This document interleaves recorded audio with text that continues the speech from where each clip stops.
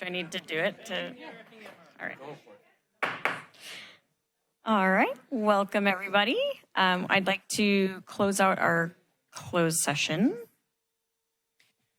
Thank you, Madam Mayor. The City Council met in closed session to discuss the one item on this evening's closed session agenda listed in the special meeting agenda materials.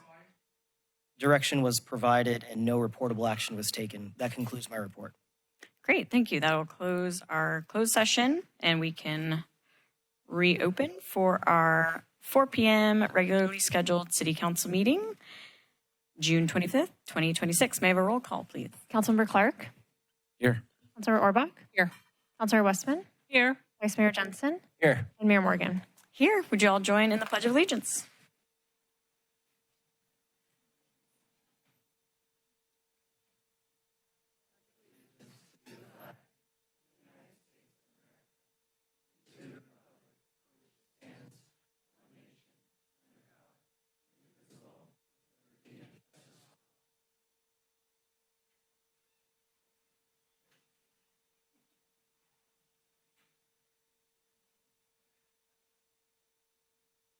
Do we have any additions or deletions this evening? Staff has no changes to the agenda this evening.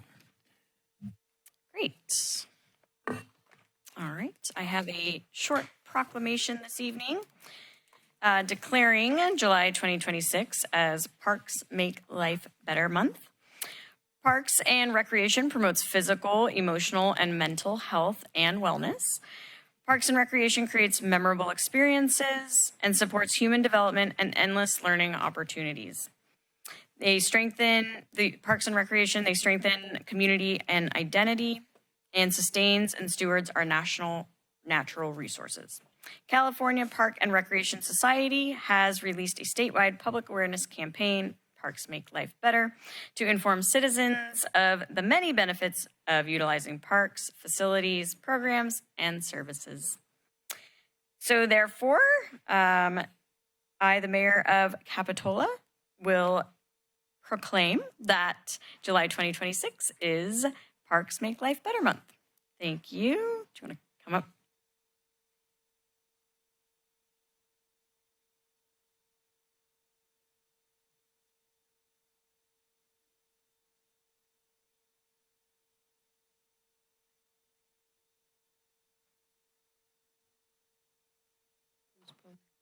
Is Jamie?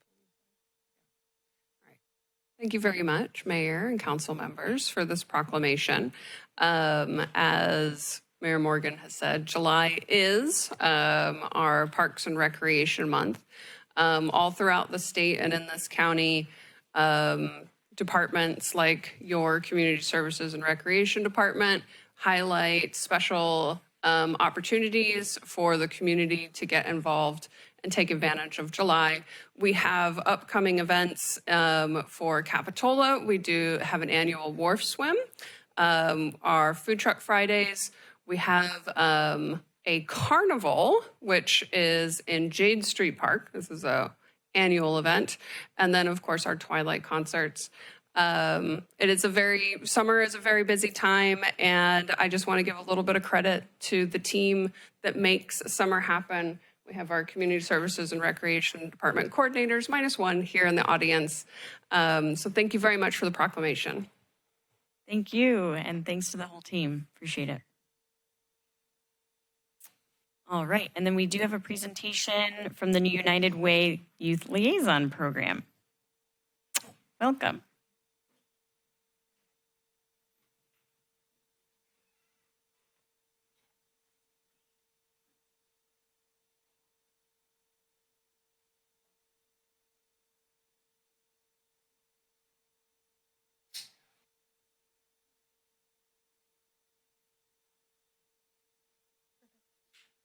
Good evening, everybody. My name is Suki Ramos, and I am a coordinator at United Way of Santa Cruz County.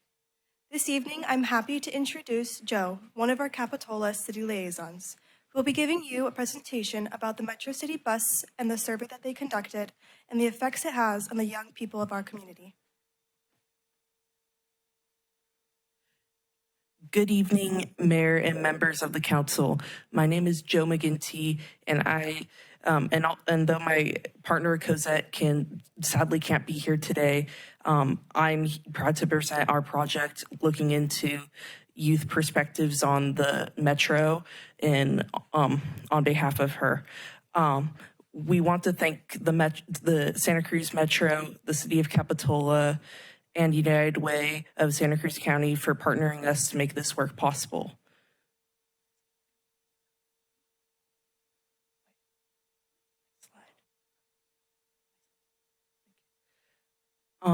Our primary to ensure this survey was effective, we brainstormed and co-designed our questions alongside the Santa Cruz Metro employees and Councilmember Orbach and our coordinator Suki from United Way. We developed a comprehensive 10-question survey consulting of multiple choice questions, 5-point scales, and open-ended questions to capture both hard data and nuanced student perspectives. This matters because we want youth voices to actively be heard, and we want to help decision makers understand how we experience our community. Local youth want to feel safe, independent, and connected to opportunities. Hearing their concerns directly is a great step forward in building a better system for our youth to thrive in. Looking at our demographics, we captured data from 58 student respondents spanning across the county, and the majority of the respondents were underclassmen with 22 freshmen and 18 sophomores, alongside a mix of juniors and seniors. This gives us a good look at the exact age groups that tend to rely heavily on community transit. When looking at current usage, we discovered a significant awareness gap. Only 47% of surveyed students had heard of the Youth Cruz free K-12 program, which makes riding the Metro free for students. And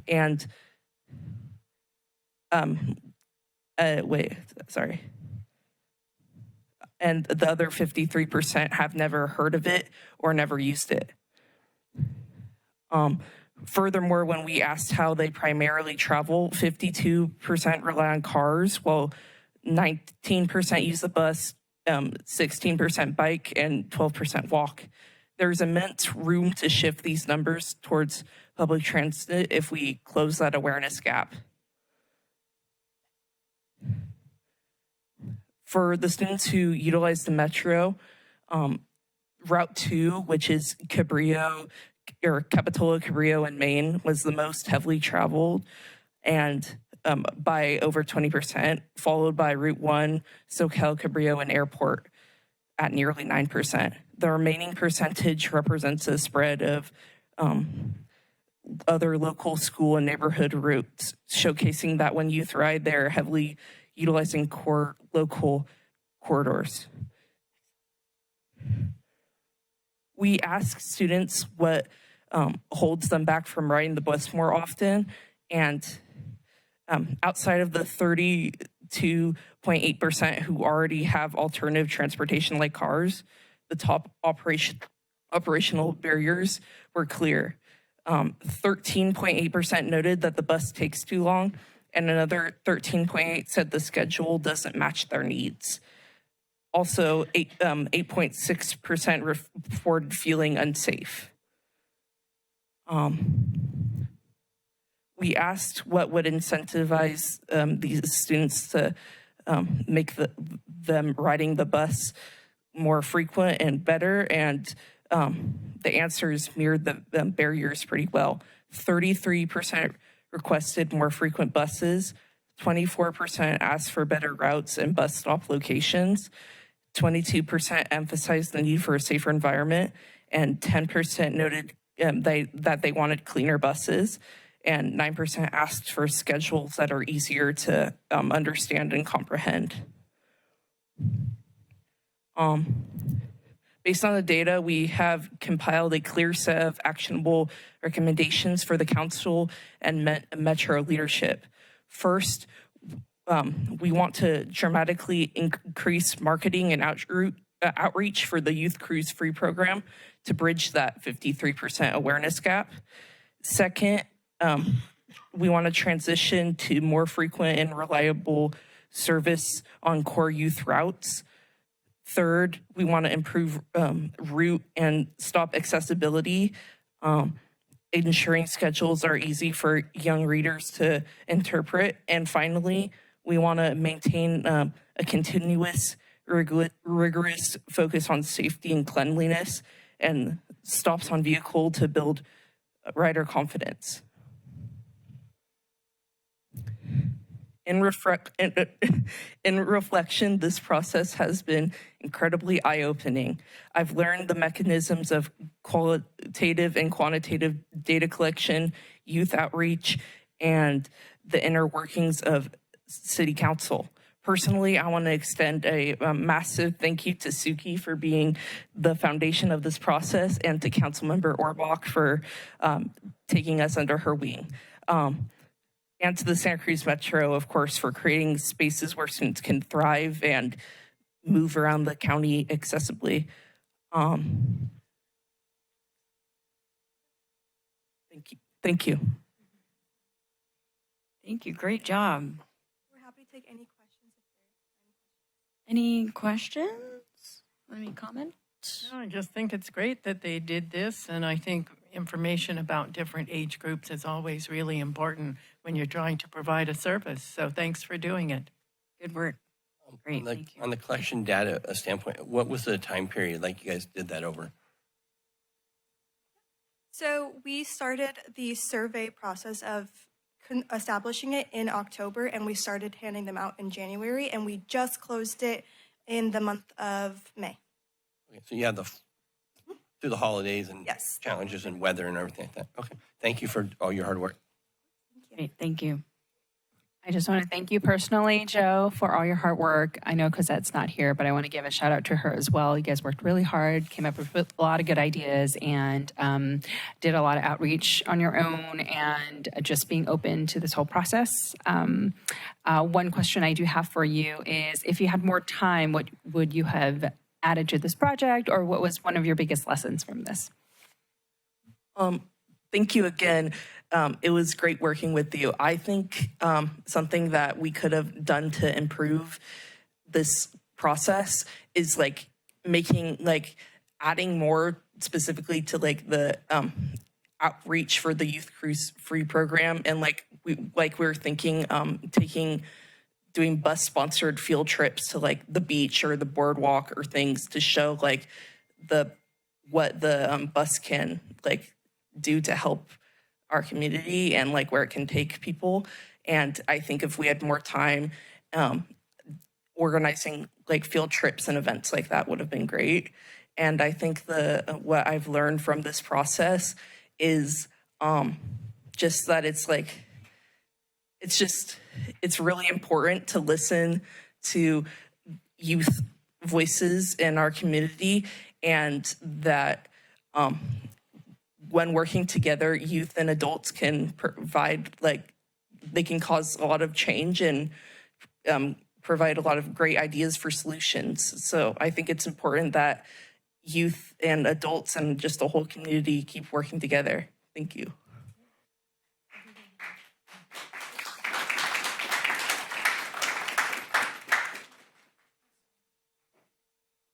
Thank you. All right, moving on. Oh, I do just want to make a note. Since we're still working with a time-sensitive item this evening, which would be item F, and that has to start at 6:15. So if we do have to jumble some of the items around, I do apologize, but we will get to everything. Let's go to item 4, additional materials. Staff received numerous additional materials for tonight's agenda packet. For item 8A, there were 3 emails received after publication of the agenda. For item 8C, staff distributed a presentation from the Police Officers Association.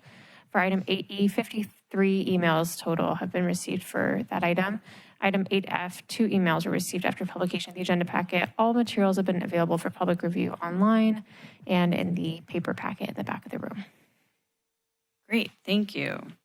We'll go to oral communications by members of the public. This will be on anything that is not agendized this evening, and that would include consent items if there's something that wants to be discussed. But feel free to come on up. Apologize for the hat, but once you've worn it all day long, you got hat hair, you got to keep it. So Linda Smith for the record. I'm here for a couple of items. The first one is a couple of recent meetings ago, someone from the public came and gave their public comments in Spanish. And I appreciate and recognize that a lot of our citizens speak Spanish as their native language, but English is the predominant language of our city, county, state, country. And a lot of us don't speak it, and I am way too old to try and learn it. I've tried, trust me. So with all of the focus on the Latino community, I get it, I understand it, but I request both of the council and of the public that our public comments and our council meetings remain in predominantly English so that all of us can understand and participate. Thank you. On a more positive note, I had the opportunity today to help teach a class at the new Jade Street Community Center, and oh my gosh, it is so wonderful. Having participated in the same class both in the old building and in the temporary classrooms, I can tell you that where the facilities that we have now are amazing. So to all of the staff that helped put that together, you did a great job. It's an amazing place, and I look forward to doing more classes there. Thank you. Thank you. Anybody else wish to speak? All right.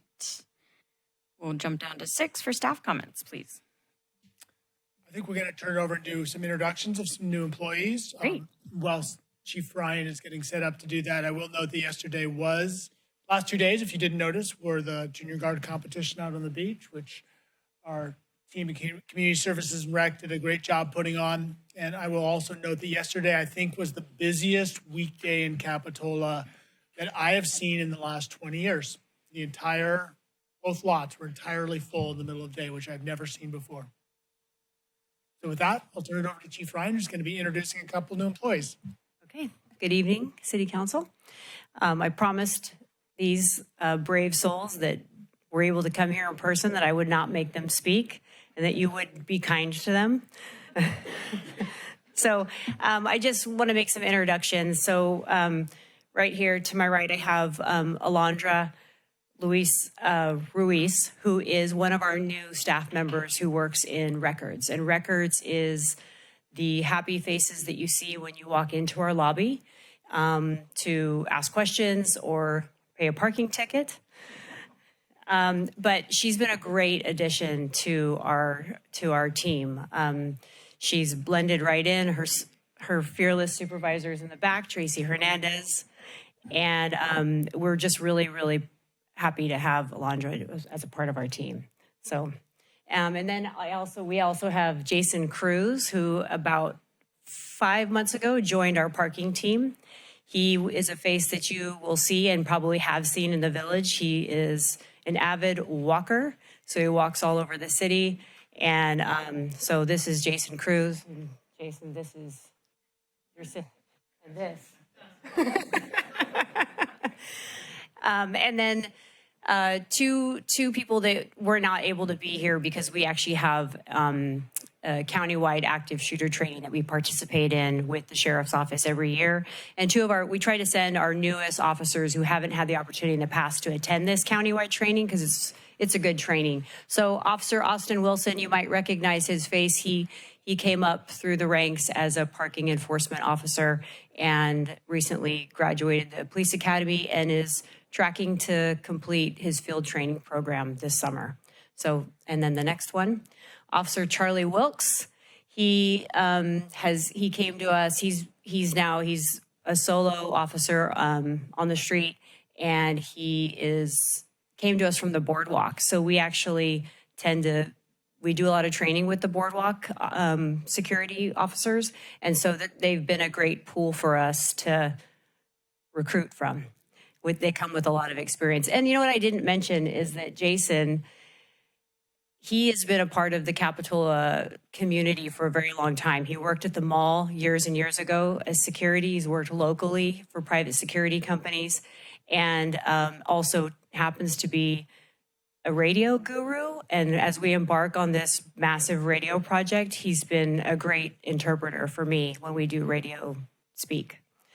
And talk about the inner workings of that program. So anyway, these are our new people for now. I'll have more to introduce as they are onboarded, but so I just wanted to welcome them. Thank you so much.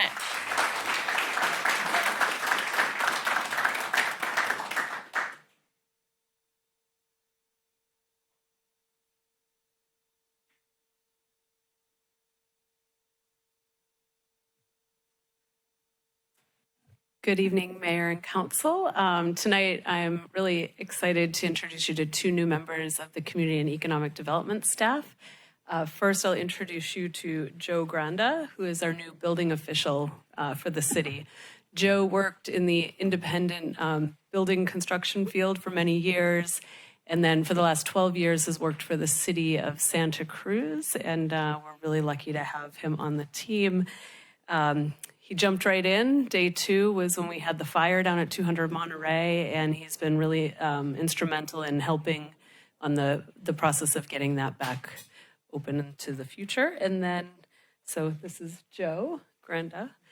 And also we have Mari Pepper. And Mari Pepper is a graduate from Humboldt State, and she most recently worked the last year for the city of Arcata, working as an assistant planner, and was born and raised in Arcata. She's moved down here to Santa Cruz, and she didn't have quite the start that Joe did with a fire. We brought her in knowing that she's got great energy. She's going to be fantastic with the public through the planning process. She's our new assistant planner. And as soon as we hired her, she already had a vacation lined up for Europe. So we let her go out for 3.5 weeks, and she's back. And it's really wonderful to have them both on the team. So welcome to the city. Welcome. Thank you. I did want to take just quickly to say thank you to Renee DeMar, our HR, who does all the recruitments for us. She goes over and beyond. She's a one-person team, and the recruiting process was very smooth, and just appreciate all her work as well. Thank you. Amazing. Thank you.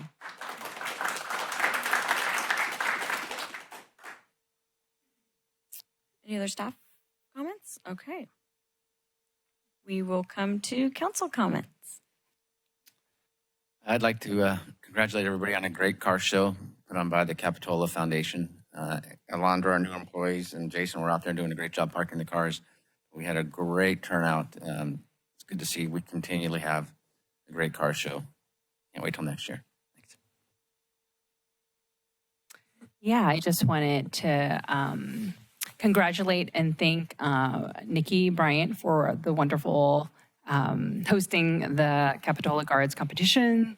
It was unfortunate I couldn't be there, but I heard it was great.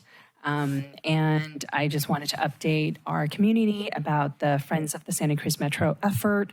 We have until August 11th to collect the needed signatures to qualify for the ballot on March 2028, and we are over 10,000 signatures currently. We need verified about 10,500. We're going to try to get 20% over to account for the percentage of margin of error. So thank you all who have signed. If you see volunteers out in the community, please also consider signing.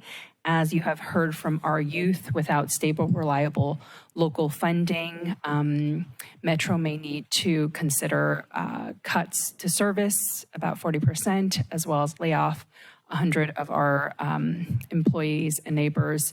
So this is a really important local effort that I hope you would support. Comments? Yeah, I do have a couple of comments. You all probably don't realize, but I've actually been here 1 year this month working with my fellow council members, and it's certainly been a pleasure, and I've certainly learned a lot.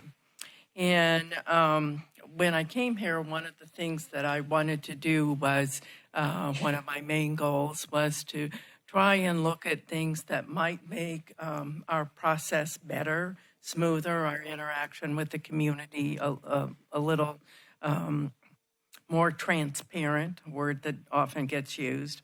And I actually came up with sort of 3 ideas that, having been a council member here for a year, I think would really help me out, and I think would help other council members in the community out as far as how we interact with each other. And my suggestions, I tried to keep pretty brief, and I'll try and keep them brief. My first one was that as a council member, one of the things I found is I get a lot of questions from the community about what's going on in Capitola. So I thought about what would help me and help the other council members as far as having information. And one of the things that recently came up was that one of the things the staff does, and I think it's a very effective way to move projects forwards, is that they routinely have stakeholder meetings with members of the community on various projects. And I think it would be helpful if the council could receive information about when those stakeholder meetings take place, and perhaps a copy of some of the information that's presented and a little summary, because I find I have a lot of people coming to me after those meetings and saying, this is what went on, this happened, that happened. And to be honest, I would like to know what happened so I can correct any misinformation that's out there in the community about what did go on, because I think misinformation in the community is one of the worst things that can happen to us, and it takes us a lot of time to try and correct those things. And I think it'd be simple. It could just be in the Friday report that we already get, or if they want to send it to us separately, that would take place. Also, we seem to be doing a lot of surveys now and relying on surveys for information.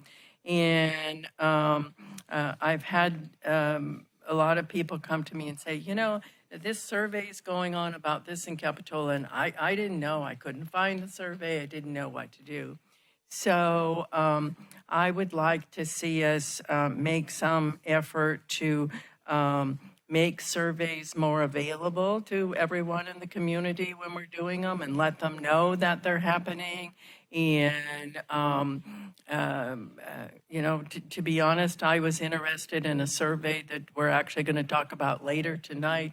And because I had a real specific comment, and I didn't know it went on because I happened for the last couple of months not to actually visit that particular park.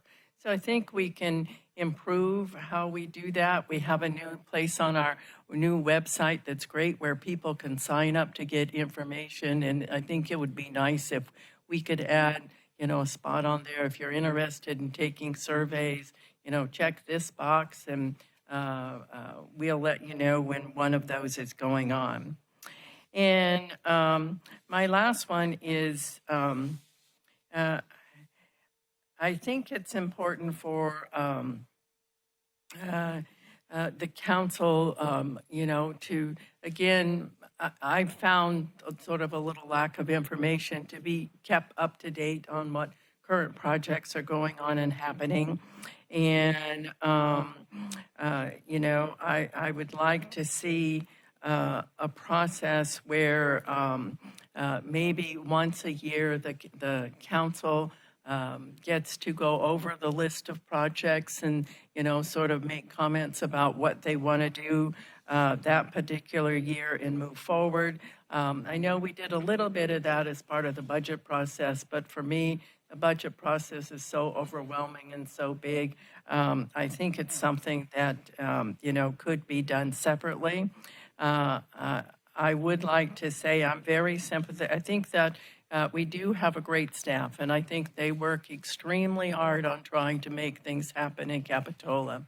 And having been a staff member for about 40 years, I know how frustrating it is when, things shift or council direction changes. And so I want to make certain that, we're all sort of clear, the staff, the community, the council, about, what are our priorities and how we're moving forward on those.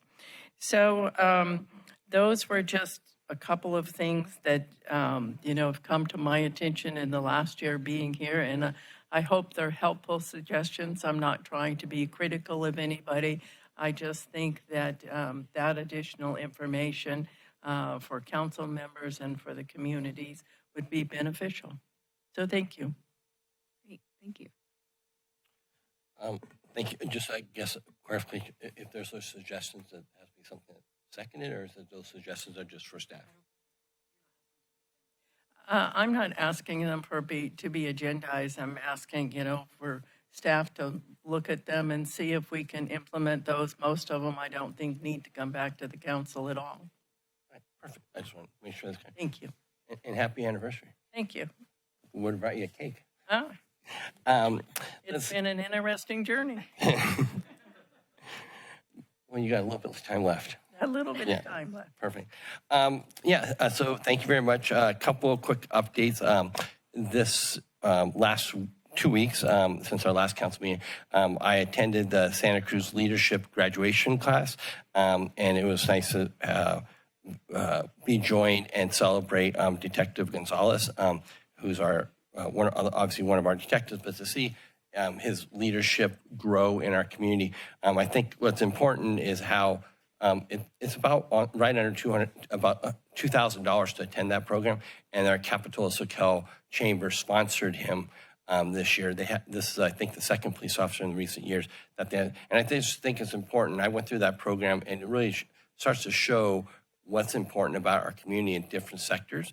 And as much as like myself was eye-opening experience was law enforcement for, I think, Detective Gonzalez when I was talking to him, seeing horticulture and other things that are going on in our community. And it just makes him, upcoming leader. I know leadership's goal is, their tagline now is 50 people a year for the next 10 years. So they have 500 dynamic leaders that are getting educated and brought up on what's so special about Santa Cruz County. So it was great to attend that and be a part of that.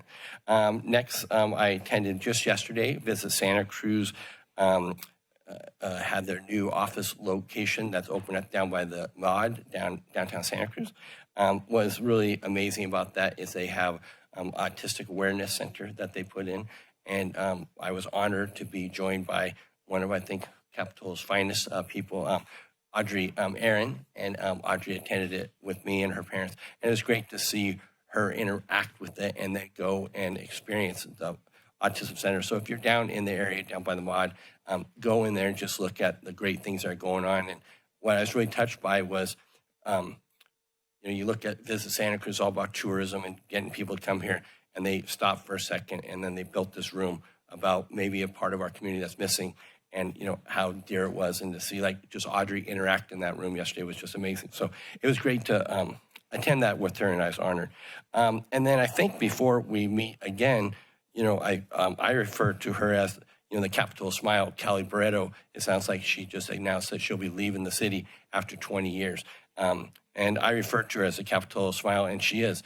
Anytime you go down to the concerts down there, she's the one running around crazy with the balloon gun, with the bubble gun and everything. And she'll be sorely missed, and it's going to be a hard person to fill. So just to Kelly, I appreciate what she's done for 20 years, and I just wanted to recognize that. And then just one thing, I guess, I was hoping maybe our city manager might just give us a quick update on our website, some improvements that we're making. I know I've been heard about some search engine issues and stuff like that. Maybe just so we could elaborate just on that briefly to our community, what we're doing to try to improve that. Sure. I don't have a lot of information that I don't think I've presented before. We have contracted with a startup AI company that partners with local jurisdictions to sort of create smart searches. If anyone's interested, you can go to the city of Saratoga, over the hill. They have it on their front page. Seems remarkably effective. We are hoping to have that rolling out here in the next week. Yeah, so you should start seeing that on the front, on our front page next week, which I think will really improve people's access. I would always encourage people to start there. Don't start with, with Google or Bing or any other search engine. Start with the city's website, because that's going to be the best place to get information. All right, thank you so much for that. Thank you. Great, thank you. I just have a quick comment. We're talking about community and our agencies that we have here, and we experienced quite a lot of swell last few weeks. A couple water rescues right here in Capitola, and I know RPD was out there, Central Fire, and Public Works is always around. And I just think it's really nice to see everybody working cohesively. Public Works made an amazing obstacle course for the junior guards, which all I've been hearing for the last 2 days is parents screaming and kids running around. And it's like, it brings just joy and just shows one of the many reasons why Capitola is Capitola. So just want to put the good thoughts out there and thank our staff and our departments for being who they are. That'll take us to consent. These will all be enacted by one motion unless anybody would like to pull an item. I have a comment on an item, but I don't think I need to pull it. Item D. I'd like to say I'm looking forward to this report. I think you have very qualified people who are going to do this work. I just wanted to make certain, because the staff report wasn't completely clear to me, that part of this is going to be looking at whether or not the best place for the lifeguards to reside is going to be in our recreation department or our police department. They will look at those two options. That's correct. Thank you very much. With that, I'll make a motion to approve the consent calendar, item A through D. I'll second it. Great. Motion and second. All in favor? Aye. Passes unanimously. Will bring us to general government. Item 8A, this is the Monterey Park Play Space Community Outreach results and possible next steps. Which one's mine?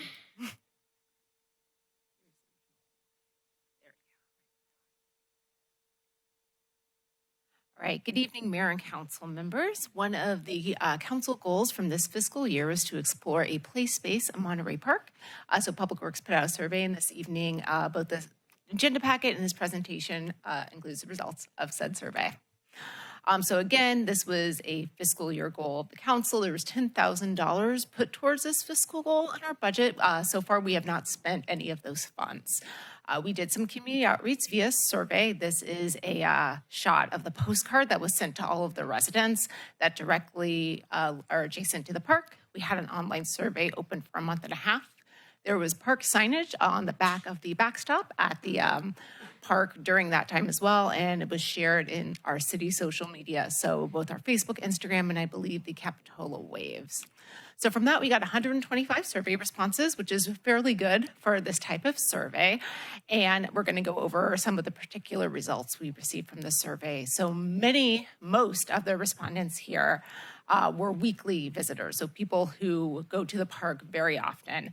And a little less than half, and I'm not sure where the numbers went, but I'm sorry, I believe it was 35% did not support a play space in the park at all. And then the others were yes, and then maybes, depending on what that play space was to be. So from those who responded that they, yes, supported or perhaps supported a play space, the most preferred concepts were not your traditional playground. That was actually the least popular result, would be like a traditional playground structure like we have over at the Tot Lot at the library.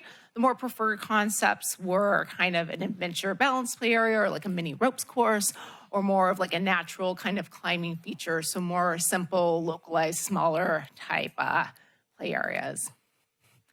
We also asked about locations, both in the front of the park nearest to Monterey Avenue, and then in the rear of the park. The most popular spot by far was at the rear of the park where the city did the landscape with the school district a couple years ago now.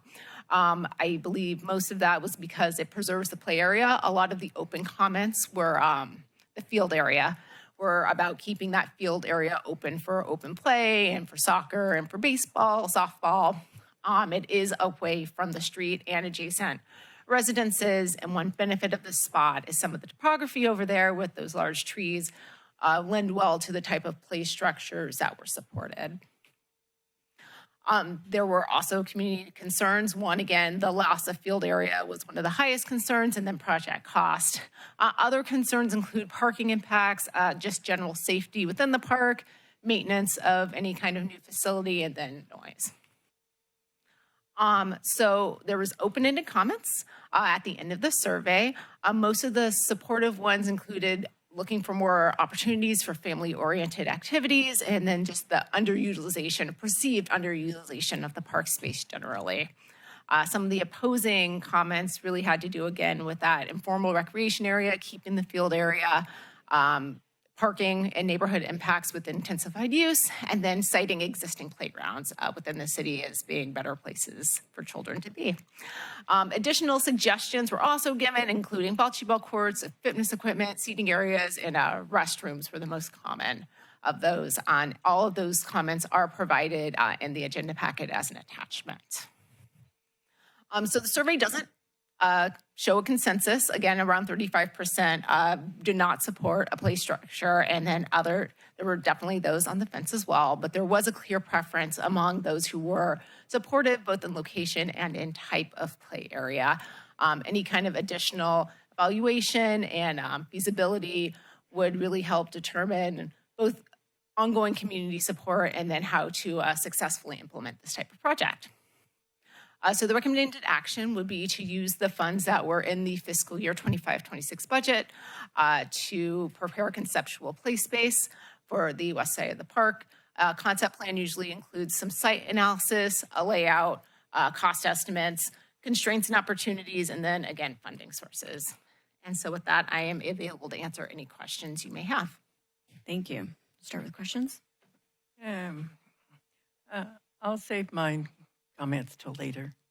Any questions? Yeah, one question was, and I apologize if I didn't see it, on the survey results, do we know like the age demographic of who responded, like back, was it mostly around playgrounds? Was that, families, and then, or, I'm just trying to understand where some of the feedback on where the variety of the ratios came in at.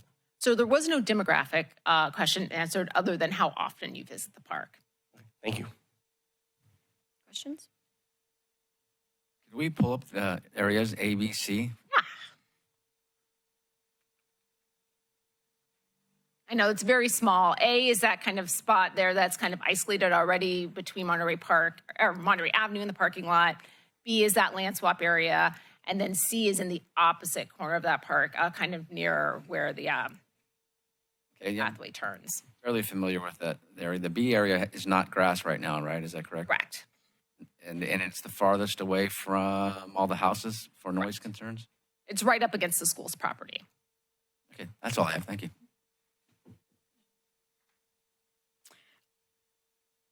Yeah, I don't think I have any specific questions, but they might come up. So I'll take it to public comment. Anybody wish to speak on this item?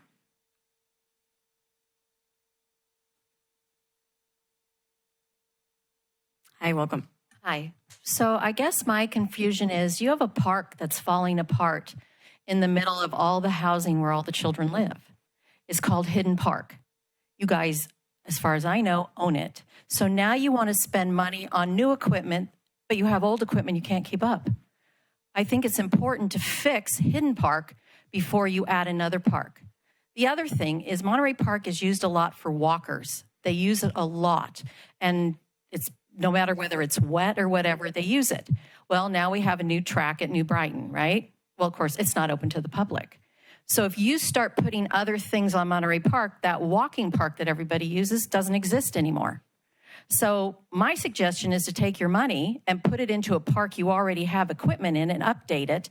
Even you could use it as a handicap park too. There's a lot you can do with that park instead of creating a whole new park all over again and leave a walking park for the people in the neighborhood who use it almost every day. Thank you. Thank you.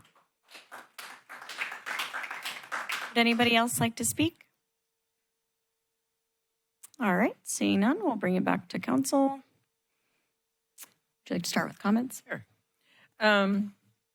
First, I'd like to say I think it probably would be a good idea to go forward with the $10,000 that we have allocated and get some preliminary plan about what kind of play structure, how big it's going to be, that kind of thing, so that the large group of people who were sort of undecided on the fence can actually look at something and see if they think this is going to be appropriate or not.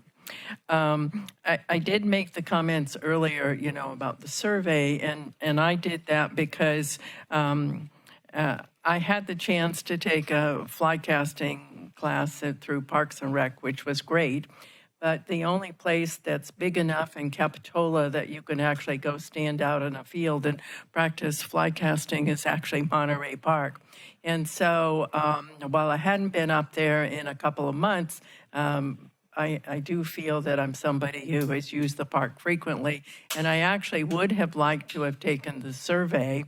And I appreciate what staff did, and I'm not trying to criticize you in any way. I'm just trying to say maybe we can learn from this, that we can, do a few more steps and maybe have it on our website and that, so people who aren't right there can sort of also participate in the survey. And I also think it's important for the survey to have some mechanism in it where the people one person doesn't take the survey over and over. I actually had one person tell me they had taken the survey 3 times because they wanted their point of view absolutely represented. So surveys are good. They're a great way to get community input. I think we just have to work on our end to make certain that, we do our part to make certain that the survey that comes to us is accurate and hasn't been monkeyed with by somebody who takes it a whole lot of times. But we spent money on the cliff up on Depot Hill to look at whether or not we wanted to do the sidewalk up there. I think this is sort of a pretty similar situation. I think we have this money in the budget. It's been one of our priorities. And so I think we should spend this $10,000 to, come up with a preliminary plan and then see where we want to go from there and where the people around the park want to go forward. So thank you. Yeah, thank you. Just to, I guess I should ask this question earlier, but about what size playground is this the envisioning of the city? What are you thinking this is looking at? This was intended to be a small play structure, so something around the size of the tot lot structure in the library. This wasn't intended to be like a large Jade Street Park type project. And if funding for a project like this, after like this $10,000, that would give you enough information to go out for funding of some sort? Yes, for grants, for fundraising, for however you want to seek funding for this project. But we need this information to be able to do that, right? To identify the project, yes. And then I think the next thing kind of gets up to some of my comments I made last week about like a master plan. I went through and I was mostly impressed with the data on the comments and, hearing about the seniors in our community that want a park course or a walking path and stuff like that. And I think it's important as we just built a beautiful facility up at Jade Street, which is playground. I support doing a study for another piece of playground over here. We do a lot of activities over at Monterey Park, but at the same time, if there's a way we could look at any potential funding for a slight master plan, and maybe if there's even some conceptual sketches that can come in showing this playground, but then what the future, the park could look like with a walking path, or I know some ideas, that were in there, were bocce ball and stuff like that, which could be controversial, but just maybe a layout so that it's not just talk about a playground and then we move on, and then if there's another group that comes together and they want pickleball and a survey goes out and there's 140 responses, and then now we're doing pickleball, and so like a long range vision of what a master plan looks like.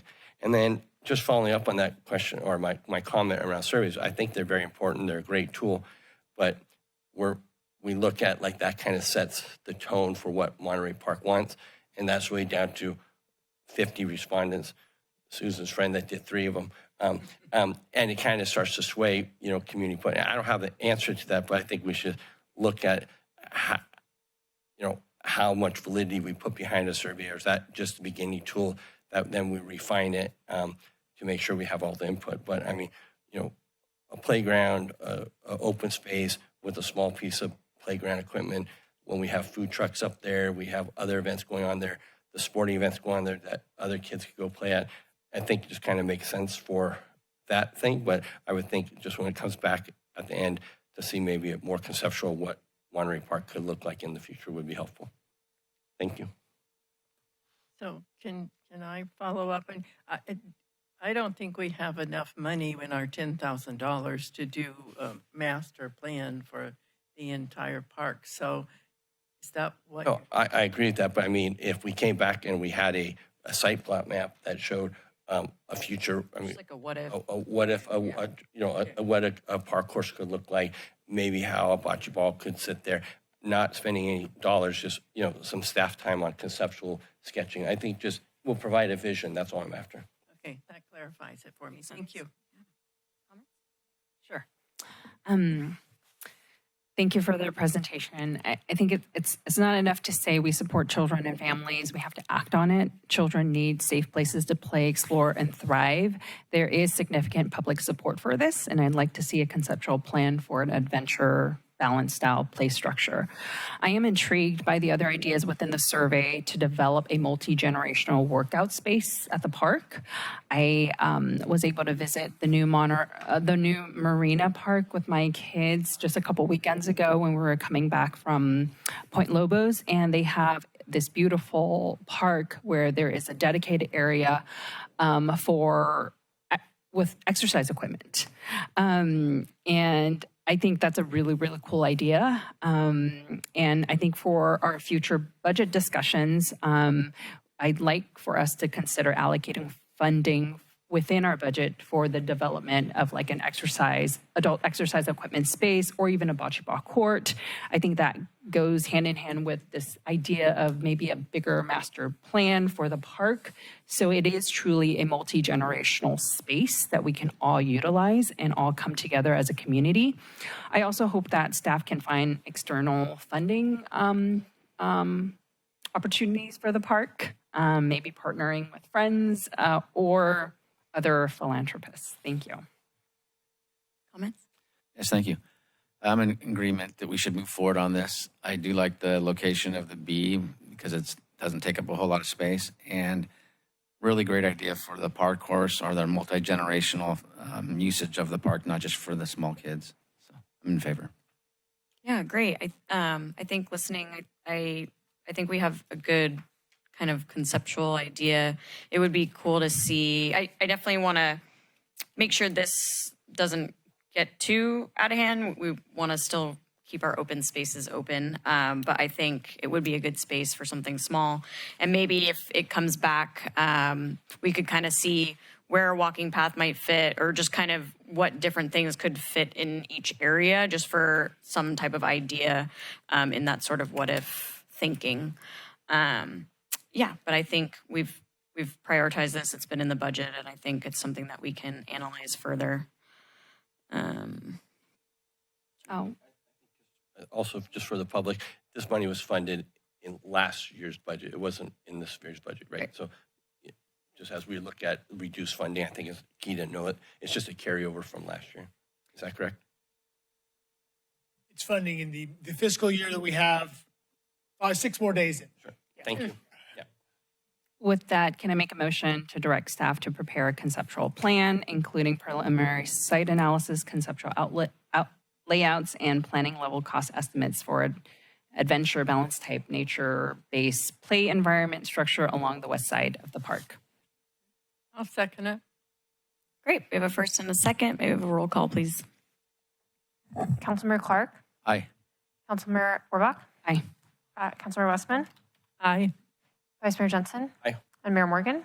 Aye. Passes unanimously. Thank you. Brings us to item 8B, the 2026-2027 salary schedule.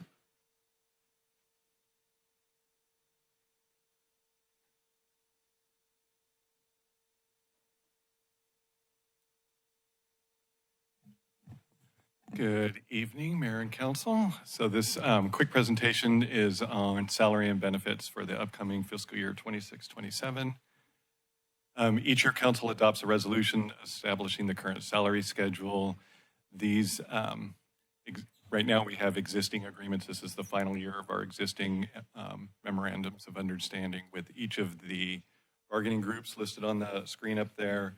So cost of living adjustments are 3% across the board with the exception of the multi-service officers. And then healthcare contributions are listed there for employee only, employee plus one, and employee plus two. Those are the only changes this year to the salary schedules. So the recommended action is to approve the resolution authorizing the fiscal year 26-27 salary adjustments and healthcare contributions increases consistent with existing employee labor agreements. This goes into effect the first full pay period of July, so it becomes effective July 5th this year. And with that, I'm happy to answer any questions. Great, thank you. Any questions on this side? All right, we'll go out to public comment on this item. If anybody wishes to speak, and I don't see any, so we'll come back to council. Any comments? My only comment is it's great to see all the men and women of the police department showing up to a meeting. It's nice to have you here. I just wish there was more than COLAs, but I'm grateful that the city's in a place to do this. Thank you. I just have one minor comment, and that's for me personally, I philosophically don't agree with the idea of penalizing employees who have families, and I think it's better so that they have to pay more for the health insurance if you have a family than if you're a single person. And so for me, when contracts are negotiated, maybe that's something the city could look at. I'll move the recommended action. I'll second it. Great. All those in favor? Aye. Passes unanimously. Go to item 8C. Have our attorney here for the compliance with Assembly Bill 2561, Government Code Section 3502.3, regarding vacancies, recruitment, and retention efforts. Good evening again. This one is also for, I have this one as well. Oh. So this is the vacancy and recruitment report for calendar year 25. By way of background, Assembly Bill 2561 was passed a year ago, so this is our second annual report for vacancies and this is a calendar year, so even though we operate on a fiscal year, this report is based on the calendar year. Our vacancies, average vacancy rate within, we have two recognized bargaining groups, the Association of Capitola Employees, or ACE, and the Police Officers Association. So that's why those two are listed. The other groups are not really formal groups, so they're kind of off to the side. Vacancies for ACE averaged 3.9% over the course of the year. For the POA, it was 10.2%, and I'll get into that a little bit more. The employee organizations, the bargaining units, the ACE and POA were both by law allowed to or invited to participate in this presentation. So once staff completes this presentation, then the POA will also provide a presentation to you. Had our vacancy rates exceeded 20%, we would have some additional reporting requirements, but we're not really that close to that. As far as the makeup of employees, we're just under 41% of our employees are in the ACE bargaining group. Just about 32.5% are in the POA, and then just under 27% are the other groups that include mid-management, confidential, captains, the department heads, and city manager. So 2025 by the numbers, we had one POA vacancy that remained all year, and that was intentional as we had a community service officer leave. We held that vacancy open with the anticipation of a retirement of the second community service officer later that year, and then we redid the job description. So it was a vacancy for the entire year, but it was by plan. The highest, we had 7 vacancies or fewer throughout each month of the year. Over the course of the year, we had 15 separations, which included 4 retirements, I believe, 13 new hires, which included 2 new positions in the Public Works Maintenance Department. Average vacancies, Oh, sorry, I skipped. We also had 4 promotions. All of those happened within the police department, whether they were, I think we had a sergeant become a captain, an officer become a sergeant, and 2 PEOs go to the police academy. Average vacancies in ACE were 1.2, in the POA was 2.3, and that's just the average number of vacant positions throughout the year. Percentage-wise was 3.9 and 10.2, and that's vacancies compared to what we budgeted. So again, even though we planned on having that CSO vacant throughout the whole year, we still count that in the percentage, in the calculation. Over the course of the year, we processed 649 applications for the 13 regular jobs, and then we also, or regular full-time equivalent jobs, we also processed just under 300 applications for our summer seasonal employees, which represent about 26% of our recruitment activity over the course of the year.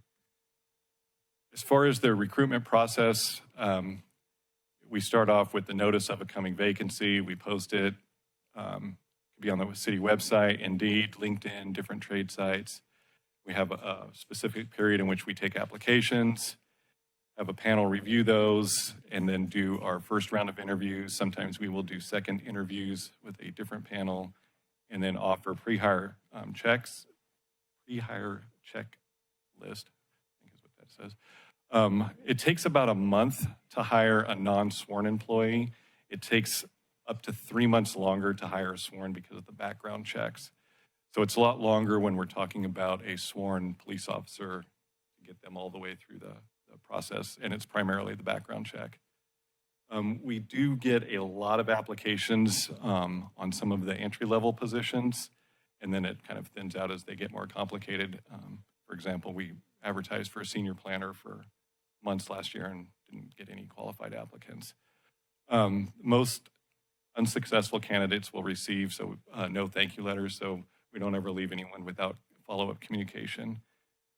Several of the hires that we have working in jobs today actually applied for different jobs, and then when they go through the interview process, if we like them, we will tell other managers and kind of encourage them to apply. So we have a few people that have applied for one position and ended up working out into another one. And then internal recruitments, they also go through a panel interview. So when we hire internally, it still goes through the same process. Retention efforts. So some of the things that we do to maintain employees is we have a flexible remote work policy we've had for a couple of years. We provide training and conference attendance, although that is temporarily suspended, at least for the first half of this coming fiscal year. Employee parking permits. We have a 457 deferred compensation matching program for non-public agency people. That's like a 401k. Measure Y was passed by the community with a lot of support, which had a lot of support for staff. We have seasonal events. We do monthly birthday celebrations. This year we rolled out a platform called Nectar, in which employees can recognize each other for jobs well done and give points and redeem them for gift cards. And that seems to be going pretty well. We have gym memberships, and then we also offer a 25% recreation program discounts.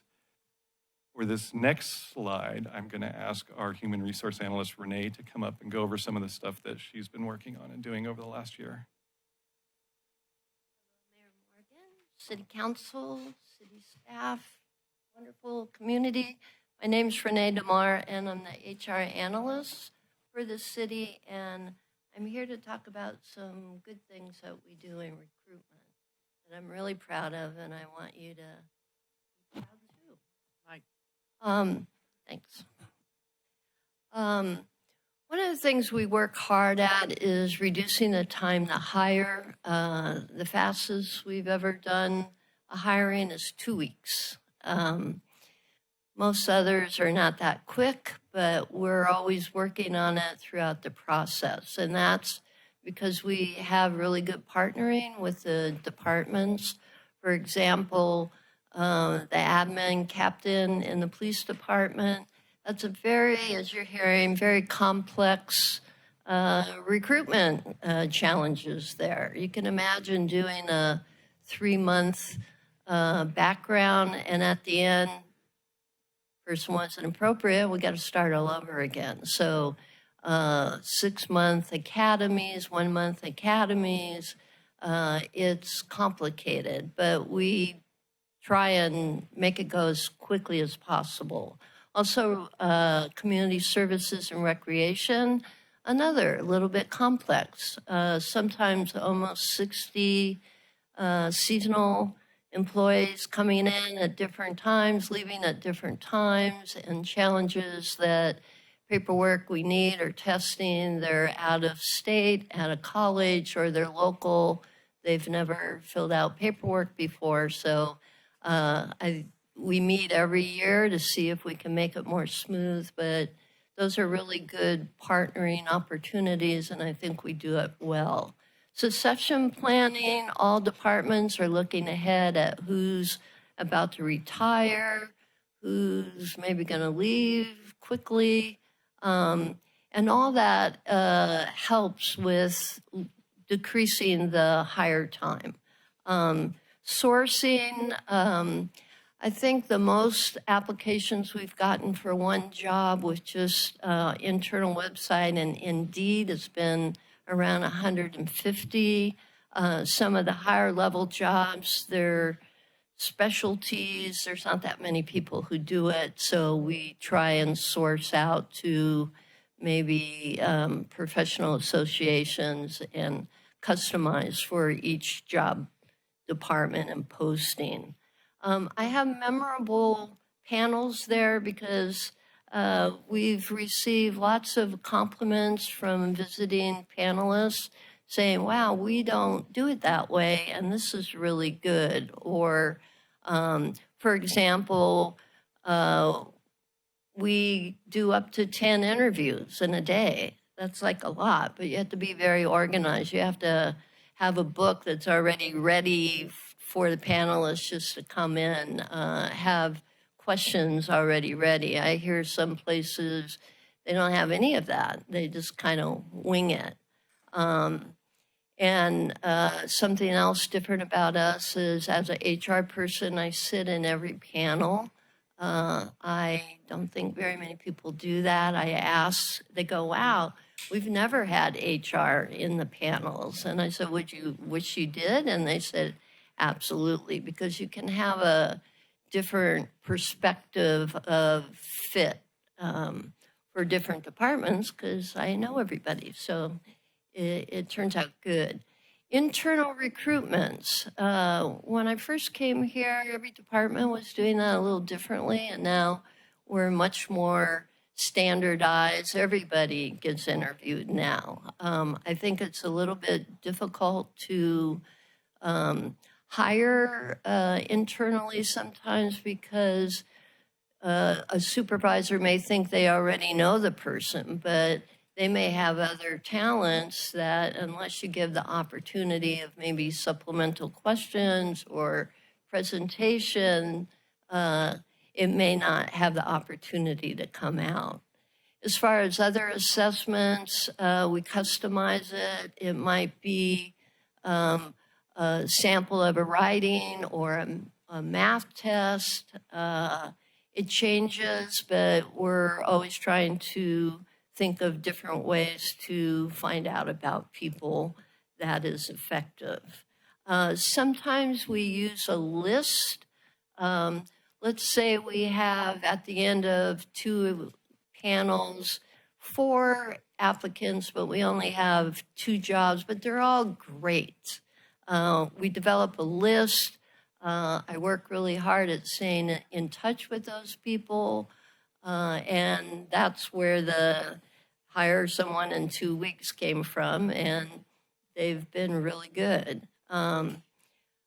Desired employer. I am thinking of that at every touch point. So a lot of cities, you hand an application, you get a very general, thank you, we've received your application. From that moment, we try and make it personal. If we're inviting someone to an interview, we're trying to make it personal. We call them to remind them to come to the interview tomorrow, like every touch point, all the way to no thank you, although we don't say it that way. But the goal would be that someone who did not get the job that they can't wait to apply for another job because they like the experience of coming in and being respected and meeting people that were really wonderful along the way.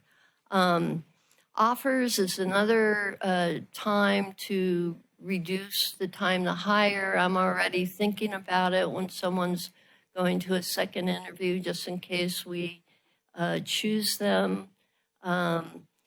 With the pre-employment activities, I try and stay in really good touch with everybody because questions come up as they go along, and there's certainly some hoops to jump through for that. And then onboarding, although you wouldn't maybe think it's part of recruitment, to me it's the very end of going through that process, but starting well. I am a firm component person thinking that first day should be wonderful and smooth and welcoming. So everybody starts with me, at least a few hours. We talk not only about benefits and sign paperwork, but we take a tour around. I bring everybody into the city council. Someone coming from business does not always know what a city council even does. So it's a good opportunity to start people off so we're all on the same page. We go over to the police department and Captain Moreno gives the best tour and introduces everybody in the police department so that we all look like we are from the same team. I want everyone to meet the city manager and everybody who works at the city council. And we've heard it's a really nice program. So thank you. Great. Thank you so much, Renee. So that's the end of our part. I'm going to turn it over to the POA. I think we might have a couple specific questions before. Oh, before we. Is that okay? Yeah, that's fine. Okay. Thank you very much. One data point I remember from last presentation last year was I was blown away by how many people applied that wanted to work here in Capitola. Was that number highlighted anywhere, or it was 649, I think. And I think last year was like 1126. Yeah. So do you understand what that drop off was? I think some of it had to do with the type of positions we were advertising for. So the entry level positions will garner a lot of applications. Like I said, the senior planner, we just weren't getting that many applications. Building official was another one that we struggled with last year, where we just weren't getting applications coming in. I just remember that number last year was so big. It was like half this year, it seemed like, for twice as many positions. So thank you for that. And then just the last thing, just following up on what Renee talked about the process. I've been lucky enough to sit in on a couple of interview processes. And my previous employment, when I worked in a government agency, the process that Capitola does is very well respected. I think it's a great process.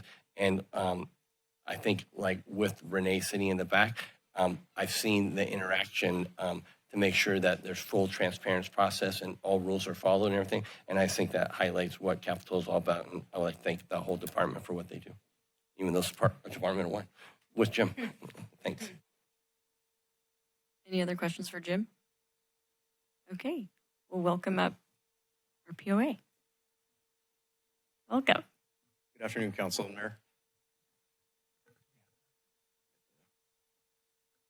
We're going to get our slides up here in just a moment. My name is Noah Sharon. I'm the Vice President for the Capitola Police Officers Association. It's great to see all you guys. Thank you to staff for providing this opportunity and reminding us of this fairly new assembly bill, which gives the POA the ability to present directly to the city. Thank you to the public for being here, and thank you as well to the POA. We have a lot of members here today from the POA, many of which are on their own time because this is such an important topic to them. So just a couple things. I mentioned that this is kind of a newer assembly bill. If you can go to the next slide.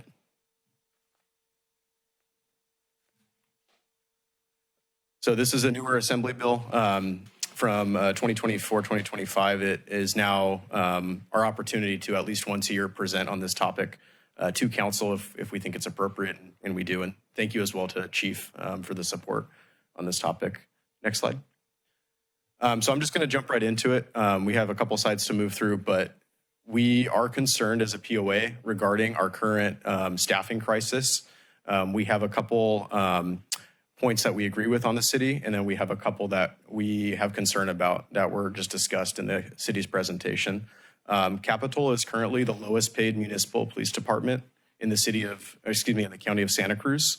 I have several other cities up there as well, some that we've used in the past with previous salary surveys, as well as some agencies over the hill. The problem with this is when we go to these types of numbers, we become basically a training ground for these other agencies, and we start to lose members over the years once they begin to gain experience and to be competent solo officers. Next slide. This is both a city issue and also a profession issue. It's no secret that agencies over the hill in Santa Clara, San Mateo counties, they pay a lot more than agencies in this county. So part of that is we are losing officers to agencies over the hill. This is currently happening. This has happened in the last 2 years. We lost 2 pretty experienced officers about 2 years ago. We've lost some non-sworn people to other agencies, both within the county and moving out of the area. And then it's a profession-wide crisis. We talk about these recruitment numbers and about these application numbers. And it's no secret that in the past you had, dozens, if not hundreds of people applying for one police officer spot or a couple police officer spots. And now our numbers are way down with getting those applications in. Next slide. Part of this is a structural issue with the city. The POA is under the, I don't want to say assumption, but under the basically point that we haven't had any budgeted growth in almost 2 decades for a sworn spot. There's been some lateral movement within inside the agency. We now have 2 captains.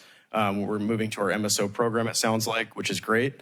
But part of the issue is, well, the city's size has not expanded. We have infrastructure that's changing, right? We have the Capitola Mall project that's going to be coming in. We have the new state housing mandates, the new apartment complex on 45th, the upcoming one on 38th Avenue. And these structural changes to the city mean that our population's changing. We're getting more and more visitors, right, as we kind of leave the post-COVID era. And this strain on our resources is really significant when you actually look at our staffing model for the city of Capitola. Next slide. We talk about the recruiting pipeline and how long it takes not only to hire somebody, but more importantly, to make them a competent solo officer, right? Typically, it takes 3 to 6 months just for onboarding an officer. And oftentimes they have to go to the police academy, right? So that's another 6 months. And for the background process, it depends on each applicant, but typically like an expedited process is 2 to 3 months. It could be more than that, potentially, depending on the candidate and depending on the background. After the academy, they have an FTO program of 4 to 5 months. We have a really good FTO program. Some people require a little bit longer. Some people require a little bit less, but that's another additional step. And then probation. They're still on probation for 12 months after they're sworn peace officers. It typically takes a couple of years as well for somebody to become a competent solo officer. So this is not just an overnight, we hire more people and put them in cars. It takes a while. Next slide. We have housing challenges and diversity challenges. As with any department nowadays, in an expensive area to live, the vast majority of our staff do not live in the city of Capitola. We have one officer that lives in the city of Capitola. He's currently looking at moving out of the state due to primarily housing costs. We have several officers that live out of county, and this creates really long commute times. And some of these benefits that were mentioned, I'll touch on in a minute, but gym memberships in the city of Capitola don't help our officers that live in San Benito County, South County of Santa Cruz. These are serious issues with both commute as well as just strains on their family. And then maintaining agency diversity is really important. We want our police department to reflect our community, right? The police are the community and the community are the police. And we have some really positive support from the community here. And it's important that we continue that. Next slide. Some of the dangers of our short-staffed patrol division are as follows. So oftentimes people don't realize, but there's only 2 police officers for the entire city of Capitola, particularly for graveyard shift or overnight shift. But even during the day, there's times where there may be only 2 officers or 1 officer and a sergeant working. And while there may be some overlap between shifts, oftentimes there's only 2. This can cause issues, right, when there's more than one priority call, or even if it's a extremely high priority call that requires outside resources to help. Next slide. So when we talk about our resource depletion, again, these are ballpark numbers, kind of based on my experience here.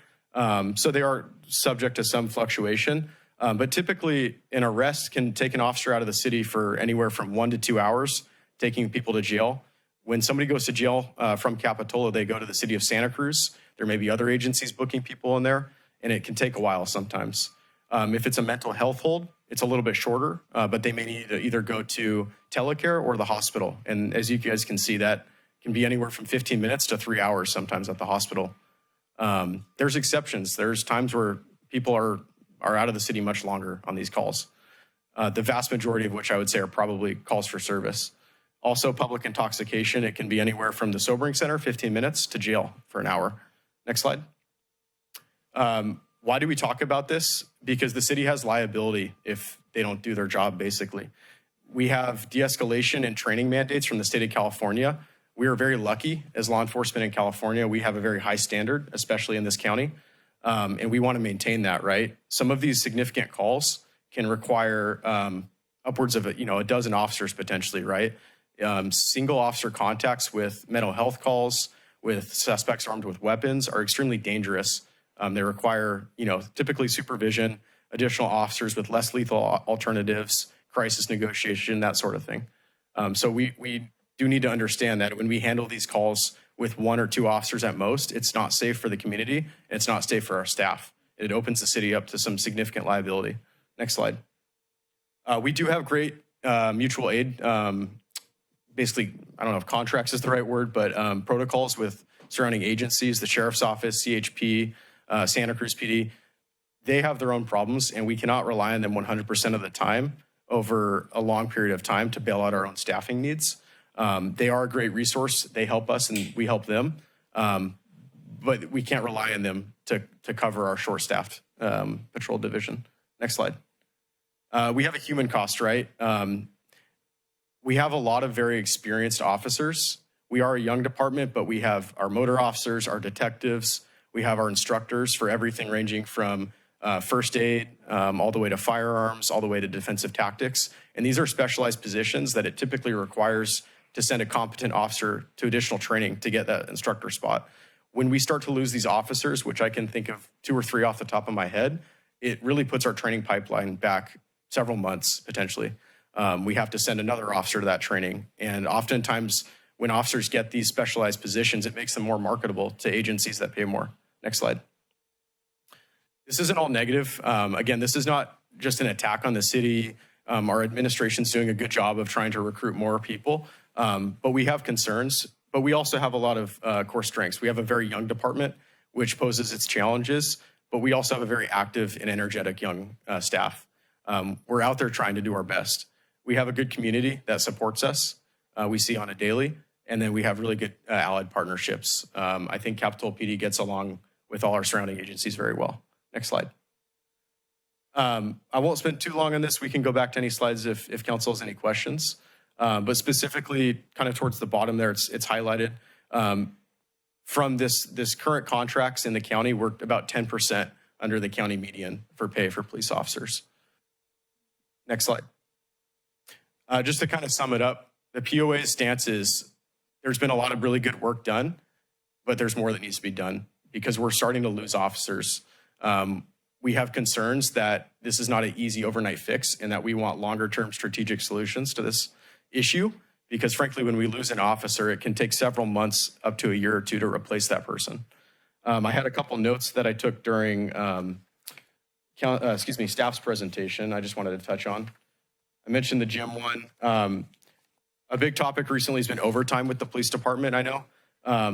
One of these issues is when we're not properly staffed, in order to make sure everybody's safe, it requires a lot of overtime sometimes. Officers are working 14 to 16-hour days sometimes in the summer. This puts a huge strain on them, right? It leads to burnout, it leads to mistakes potentially, and we want to avoid that. And that kind of escalates the issue with officers looking at outside employment to leave. Without obviously sharing names, I can say we have 2 officers right now that are very, very likely to leave the agency very soon here. And going into summer right now, when we have technically one vacancy, but an officer in training and all these other demands, it's very concerning for our POA. I believe that was it. If council has any questions, I'm happy to take them. Thank you, guys. Great, thank you. You have any questions? No questions, although I have worked with Capitola PD for over 30 years and have a great reputation. I'm just kind of ashamed and embarrassed that you're not paid as well as our sheriff's department. That's something we can work on. Thank you, sir. Any questions? You guys have questions? No, I just wanted to say thank you for the presentation. It was very educational and was good for us to hear all of this. Thank you. Absolutely. Thank you. That was kind of the goal, is just to kind of have this on your guys' mind moving forward. Thank you, guys. I do have a couple questions, and maybe just if you could highlight them.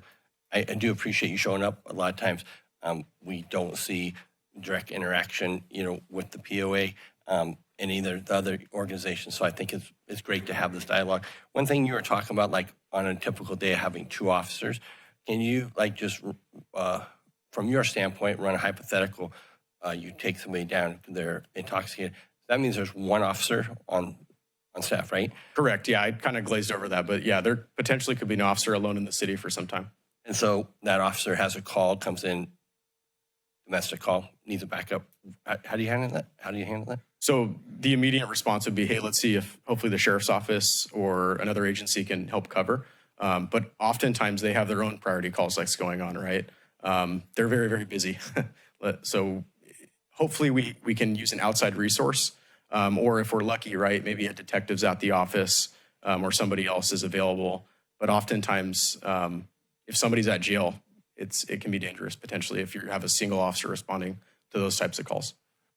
And one question I think is good for our community, you also have highlighted, after midnight, so you have a sergeant on duty, right, and 2 officers?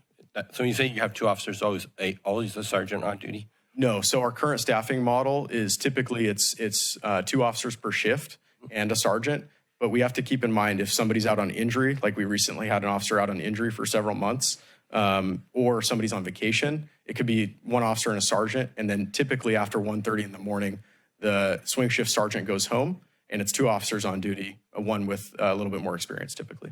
Yeah, I guess that was the point I was trying to get to. On typical, you said 2 officers with a sergeant. After 1:30, you said? 1:30, it's always 2. It's 2, and the no sergeant until 6 o'clock? 6:30 typically. Perfect. Thank you. And then I guess just outside of when you looking to you guys as POA, outside of a lot of focus on funding and support and stuff like that, but what about from your guys' standpoint on what the city provides for you for tools, vehicles, and stuff like that? Is there a need that's a common thread that the POA that we could hear directly to the council that we should be focusing on in the future when we're looking at budget needs and stuff? Yes, I would say there's been a lot of improvements made with equipment, both less lethal options like our tasers, our newer body cameras. We have had several new vehicles come in, but I think there's always a concern, especially with our vehicles, that we don't have enough. So I'm happy to talk more about that at another time. Yeah, so one of our focal points we talked about last time at budget was we talked about better software program for extracting data and stuff like that. And I know we're also looking at getting into the Ring radio system that might be a better tool. And so I was just wondering, from your guys' perspective, is there something other than cars or something like that? But nice, thank you for that input. Communications would definitely be another topic. Yeah. Thank you. Thank you, guys. Thank you so much for presenting.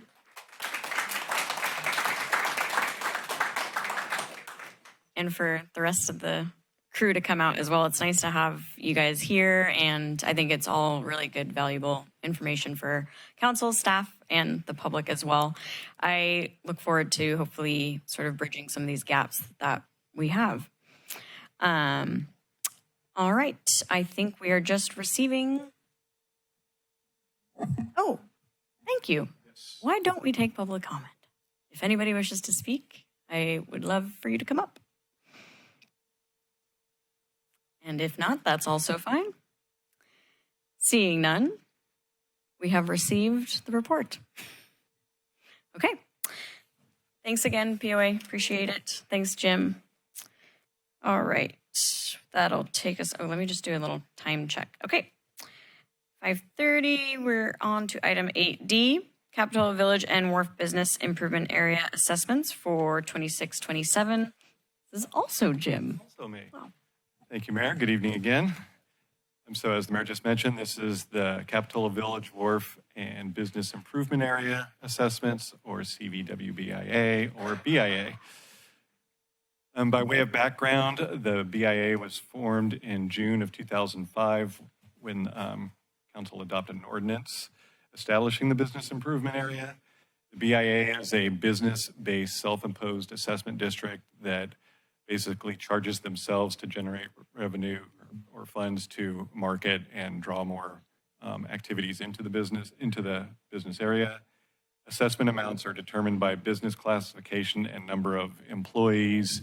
And this year, the proposed assessments are at 75% of the maximum allowable for everyone except for the hotels and lodging, which is at 50%. This is consistent with what we've done since the pandemic, I believe. There are two different CVWBIA groups. One is the advisory committee that was established in May of 2005, adopted bylaws, the council adopted bylaws for them and appointed members in July of last year. And their role is to recommend expenditure of the revenues derived from the levy of business assessments and other matters related to the assessments. The BIA nonprofit is a 501c3.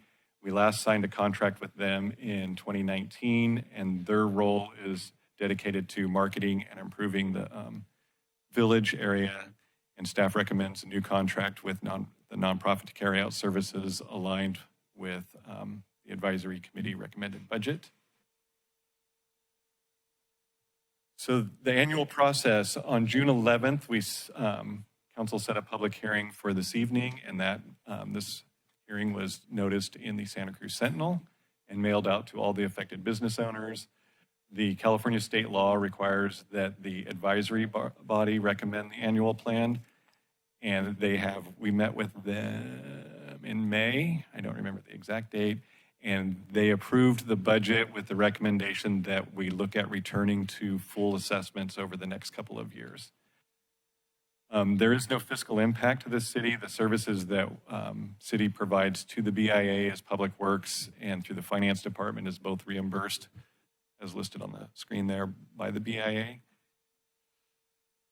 The BIA also receives transit occupancy tax. If you remember, Measure J in 2018 dedicated 0.4% of TOT revenues to local businesses, which is split between the BIA and the Chamber of Commerce. And the requirement is that 25% of the TOT revenue is used for village enhancements, which the proposed budget had $10,000, so they met that threshold.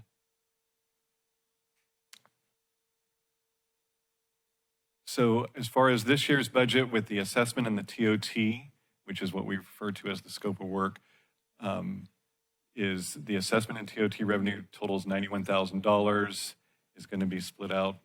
I don't think you need me to read all those to you, but those are the different things that they do. They also do sip and stroll and have other revenues that go to other marketing activities in addition to this, but this is just for the revenue that they receive from the assessments and the TOT.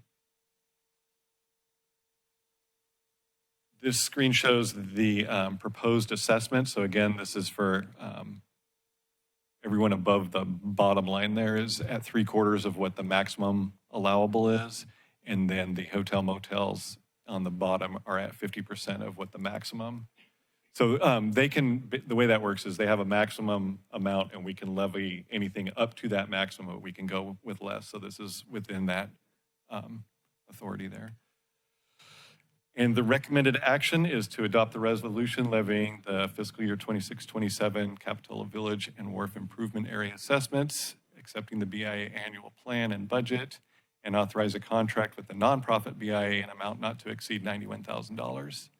I have members from the BIA are here, and I'm available to answer any questions as well. Thank you. Thank you. Any questions? I guess a question and a request that I've heard of a concern. about, there are some businesses that don't pay their assessments, and could there be more collaboration between the city and the business owners that are not paying, and how can that be enhanced to make sure that everybody is paying what they're supposed to be paying? The finance department sends out monthly reports to the BIA, and we've, over the years, kind of been massaging how we do that. At the last BIA, we have a staff and BIA board meeting, I committed to providing a little more support from the finance department as far as getting those late notices out, using city letterhead, using city envelopes.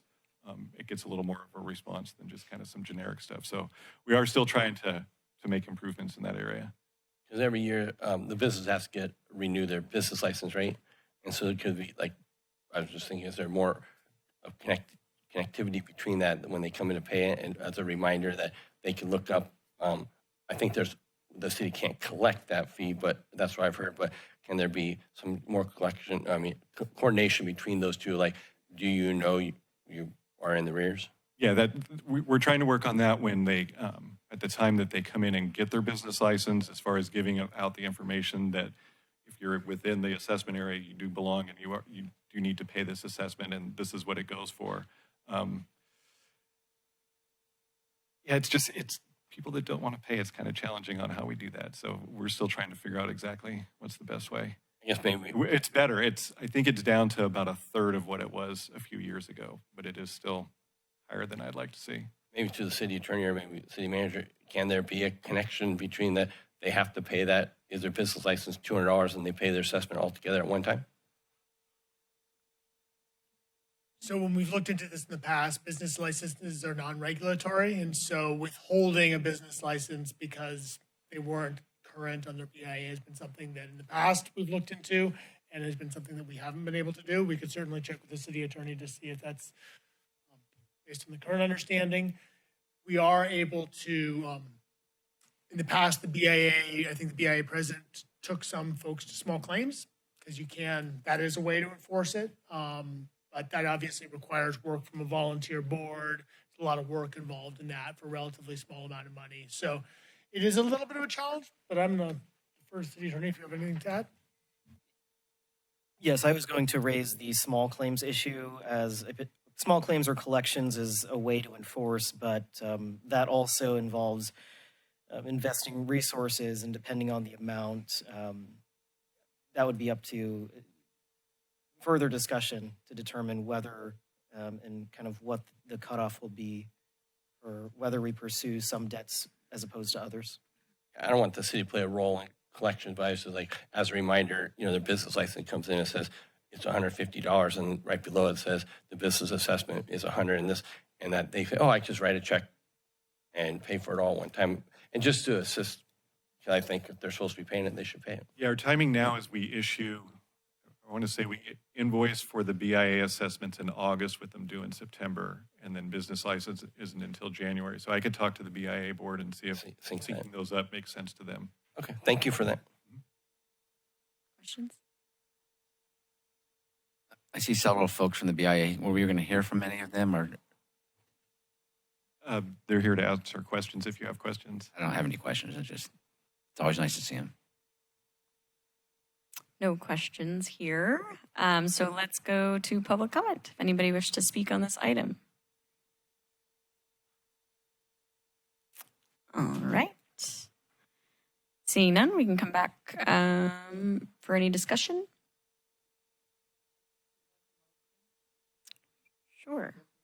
Well, we're missing somebody, but I guess we still have a quorum. Okay. Okay.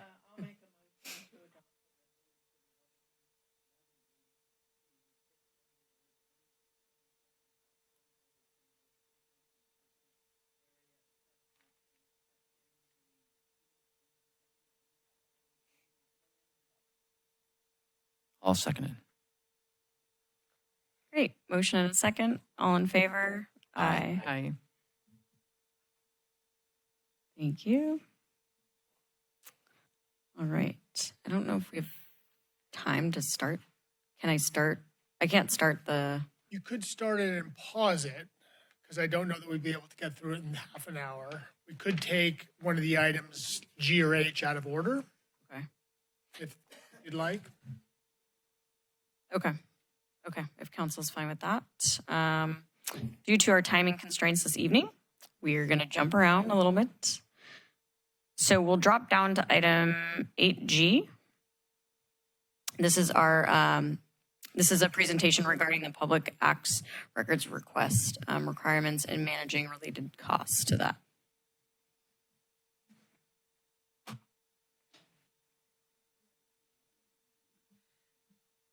Good evening, Mayor, members of the City Council.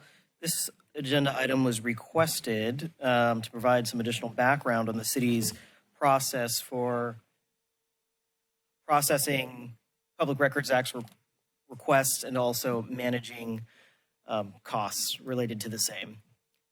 So in terms of a very high-level overview, I'm going to provide an overview of the PRA itself, next go into how the city handles PRA requests, and finally, how we can manage some of the PRA-related costs. So access to public records is both a constitutional and statutory right. The authorities are listed on the screen. And with any right, there are exemptions. So I've listed some of the exemptions here. This is not an exhaustive list, but just to rattle off a few, there's the attorney-client privilege, work product doctrine, architectural records. We have personnel, medical, or similar files, and typically with those, there is an increased privacy interest. There's also drafts, deliberative process, and what's known as the catch-all test, which basically balances the public interest in disclosing the record on the one hand and the public interest in withholding the record on the other hand. So again, this is just an overview of some of the exemptions that might apply to records. So jumping into how the city processes a request, as a starting point, the city has an obligation to provide a determination letter within the statutory timelines. Typically, this is within 10 days of receipt of the record. Sometimes we are working with a 10 plus 14-day window when there's a need to consult with other agencies, or the request is voluminous, or the files might be stored elsewhere. All of those scenarios would warrant using the 14-day extension window. In addition, the city can work with the requester to clarify any uncertain requests. The city also has to search for responsive records, and finally, promptly provide any responsive, non-exempt records to the requester. I do want to add that the statute does not define prompt. Prompt is defined by case law, with some cases supporting a production 6 months out from the request date.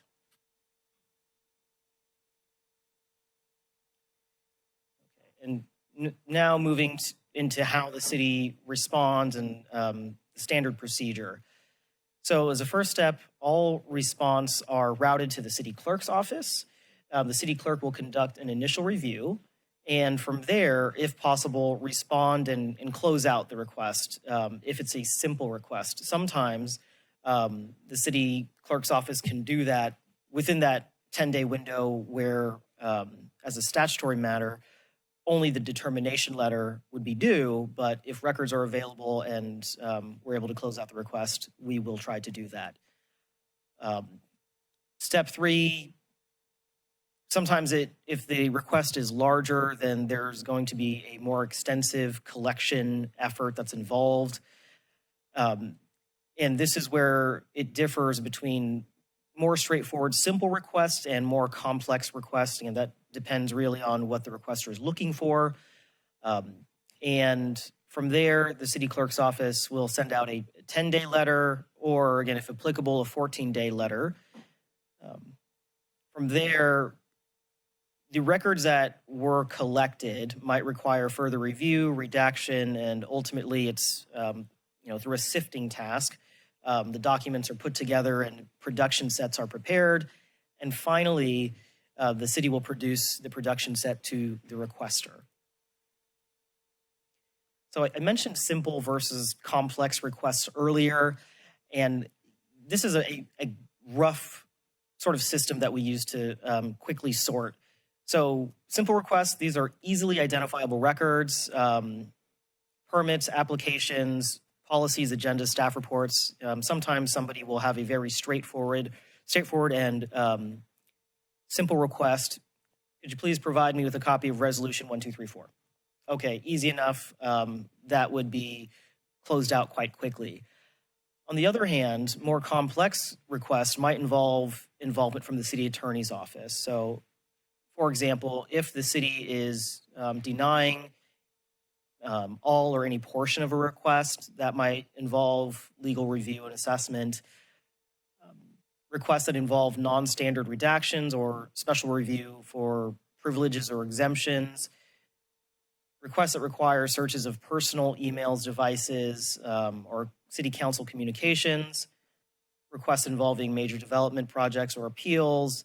Requests from an attorney or attorney's office. And finally, requests that are otherwise complex. It's hard to articulate all the ways that a request might be moved from the simple bucket over to the complex bucket. So some of our current cost-saving strategies is to limit city attorney involvement to specific request types as opposed to routing everything immediately to the city attorney's office. Also, staff will conduct previews of records before requesting involvement from the city attorney's office, and also suggest exemptions or redactions and confirm them, or sometimes do some of the redactions directly. I will say that most PRAs received by the city are handled 100% by staff with no attorney involvement. More about current cost-saving strategies that are already in place. So the city operates a central digital repository of records, which makes it easy for staff to search and identify responsive records. Any non-digitized records are searchable from a digital database for easy location. And the retention schedule is updated annually, and so is the destruction of records, just so we don't have a large archive of records that should be purged under the retention policy. And regular training is also provided to staff. So the city, this is a screen cap of the city's website. There's already public access to records on the city's website, and the hope is that requesters would be able to use this portal directly to browse public records. Okay, so additional tools for managing costs. Okay, so this is a summary of the number of PRA requests received in 2023, 2024, 2025, and close enough to year to date as of 6/10 for this year. So in 2025, the number of requests received went up to 279. And given the numbers for this year, it's likely that we will, or it's possible that we will likely hit the same number. This is a breakdown of some of those 278 requests from 2025. A lot have to do with police records. And I got into this a little bit earlier, but there are certain records that have a heightened level of sensitivity. For example, investigatory files involving ongoing investigations, prosecutions, things like that. Requests for police personnel records, those are also very highly sensitive. And then there's a number of other categories here. Again, I won't read out all the categories, but for 2025, legal expenses related to PRAs exceeded $100,000. So jumping forward to our 2026, again, we've received 170 requests to date, 90 for police records, and then there's other categories as well. When we reviewed legal expenses for PRAs from January to June, the number was much lower, 25,000. So I do think that some of the efforts from the city clerk's office to process a lot of these requests in-house are paying off. So this is something where In discussing this matter with the city clerk's office, we were trying to find more ways to manage costs, and you'll see a lot of yellow highlighting, and that's because some of this is already done. But we really did try to put our heads together to find some solutions. So post non-exempt records on agency websites, that's already done. In a prior slide, there's a screen cap on exactly where to access that portal. Provide clear instructions for requesting agency records, including how to obtain records online. Train city staff. Again, we would say that 99% of staff is already well-versed on record storage and responses, things like that. Another category might be legislative advocacy to support legislation proposing cost recovery for PRA requests. I know there's a pending bill right now. I forget the numbers. 1821. Thank you, Madam Clerk, 1821. So that proposed bill proposes shifting some of the costs to the requester. It's unclear if it'll move forward or how far exactly it'll move forward, but a letter of support for legislation like that might be an option for City Council to consider. Okay, and so another thing too is sometimes with requests, if you can shorten the time that they're sitting with the city and close it out quickly, that might be one way of keeping costs low while keeping a level of service high. And for routine requests, that is usually the case. We've seen strategies elsewhere where they'll do something different and say, due to limited staffing, we need to draw out the timeline for review and production, things like that. But again, that would reduce your level of customer service for the requesters. We also work with requesters to clarify and focus their requests and ask that any oral requests be converted to written requests. Again, this is something that already happens, and staff does work with requesters that might call in. They will memorialize that and convert it to an email or a similar file that can be used to search for and provide records. Okay, so requiring requesters to deposit duplication costs before duplication, that's already the city's practice. Disclose records in response to voluminous and multiple requests on a rolling basis, that's already a practice. And I'll pause here to add that just sometimes requests will ask for lots of records, and it's, as a practical matter, infeasible to provide all records at once. Instead, we might produce in batches so that the requester has some materials while allowing the city to continue reviewing the remaining records. Duplicate and disclose records electronically whenever possible. Again, that's already the city's practice.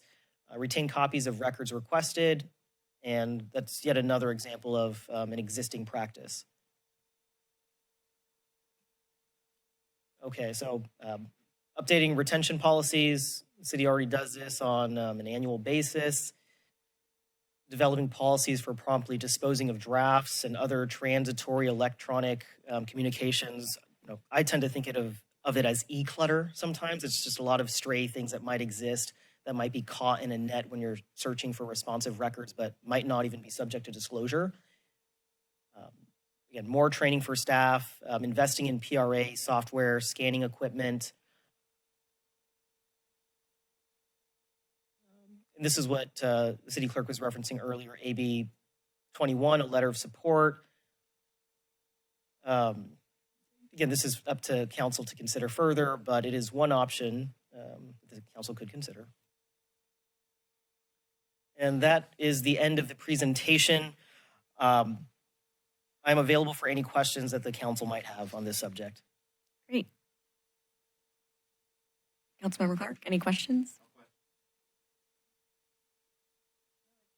I'd like to compliment the city clerk and the city's attorney for working on this issue and ask if the council would like to write a letter of support for the bill 1821.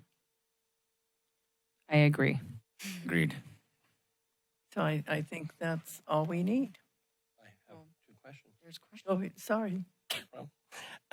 First of all, thank you. I think it's something to celebrate that our PRA requests are coming down with the hard work of our clerk's office and stuff like that, because it's just a direct reflect on the bottom line budget at the end of the year when we look at that. I guess maybe a question more to the city manager in looking at the PRA spike in, I think it's 25. Was that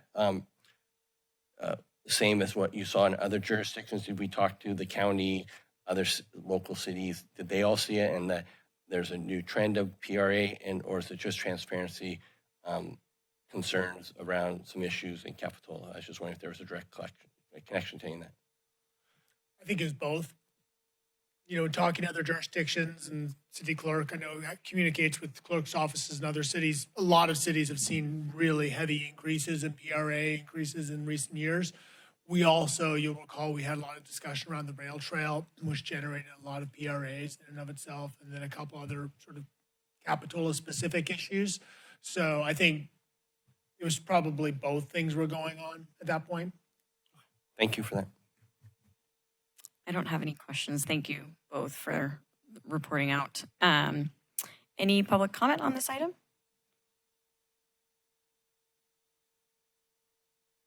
Hi, welcome. Thank you, Mayor Morgan and council members. Heidi Kellis, and I live in Capitola.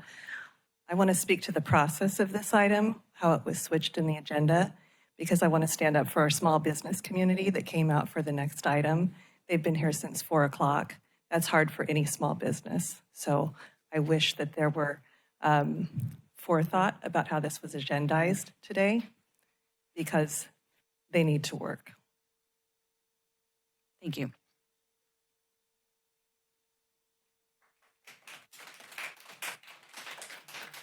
Any other comments? I don't see any. All right. We will come back to council. I think we're all in agreement of Bill 1821. Great. Are we taking, we're not voting. You can make a motion to authorize the mayor to sign a letter, or you can provide direction to staff. At this point, it sounds like everyone's in agreement. I'll make a motion to authorize the mayor to sign a letter in support of Bill 1821. I'll second that. Great. Motion and a second. All in favor? Aye. Aye. Thank you. All right. So we have 15 minutes when we need to start. Sorry, what item? F. And I don't want to start an item and then cut it short. I don't think the fee schedule would take very long. Okay. Or you could take a break, or you could start an item and cut it short. Yes, I don't think cutting item E short would do us much justice here. So if we can confidently get through H in 15.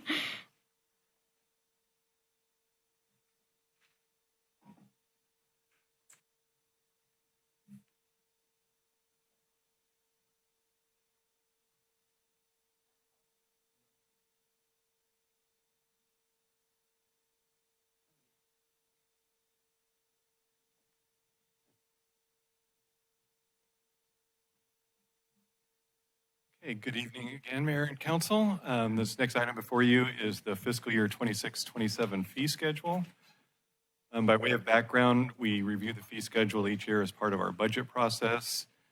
The last time we adopted a fee schedule was August 28th of 2025. That was an amendment to the fee schedule for fiscal year 25-26. Best management practices recommend conducting a comprehensive fee study every 5 years. We did our last fee study in 2024. At that time, the consultant recommended an annual review of actual cost of service delivery and then adjusting by consumer price index tied to the San Francisco Bay Area CPI. Staff is recommending increasing fees by combining CPI and cost of services, which is staff time. The CPI rate is 2.18%, which is for the calendar year 2025, January through December. And then the staff time is just based on the cost of the staff providing whatever fee is being charged. Most fees are increasing by CPI. Fees requiring significant staff time might have slightly higher increases. We did remove a couple of fees, or a fee from the fee schedule, which was outdoor dining, and that was due to redundancy that's already listed in their revocable encroachment permit that they get. And as a reminder, the outdoor dining program will be coming back before council this fall for renewal or consideration. We did, let's see what it increased. We added a couple of fees for building permit fees for cost recovery and regional alignment. We added a single day camp fee, and then the patio and community center facility rental fees were increased.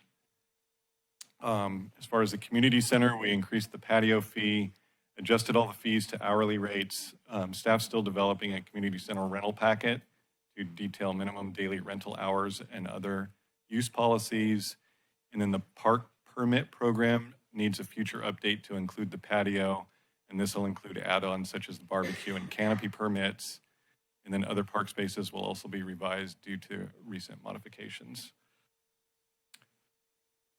The staff report had the second attachment to the staff report compared our current fees to what the proposed fees were. It's very, very busy, so I didn't want to put it up on a slide. So the recommendation tonight is to conduct the notice public hearing, allowing the public opportunity for public testimony, and adopt the resolution adopting the fee schedule for fiscal year 26-27 using full cost approach. And with that, I'm happy to answer any questions. Questions? I have one question regarding when you get into planning and like consultant fees and stuff like that per project. And I was just worried about the economic development part of things. With those fees increase, are those in line with what other jurisdictions are? And are they like an average across all jurisdictions? I just wonder if we could elaborate on that to make sure as those go up that we're in alignment and we're not discouraging. Sure. I'm going to defer to Director Herlihy, who is more of an expert on this fee. Good evening, Mayor and Council. And I have looked at other jurisdictions, especially in our area, and the fee that we collect for building permit review is consistent with other jurisdictions, as well as what we're getting charged by the outside consultant at 65% of the collected. And if a project's reviewed in-house or by a consultant, is there a cost savings to like the applicant? No, the fee is based on evaluation, so the fee is consistent, whether or not it's sent out to our contractor or reviewed in-house. And that's a director decision. You decide from a staffing level and what your expertise is, and are you able to do those kinds of projects? Is that correct? Yeah, it's based on the valuation, so we apply consistency throughout so everyone's treated fairly. Okay, thank you so much for that. You're welcome.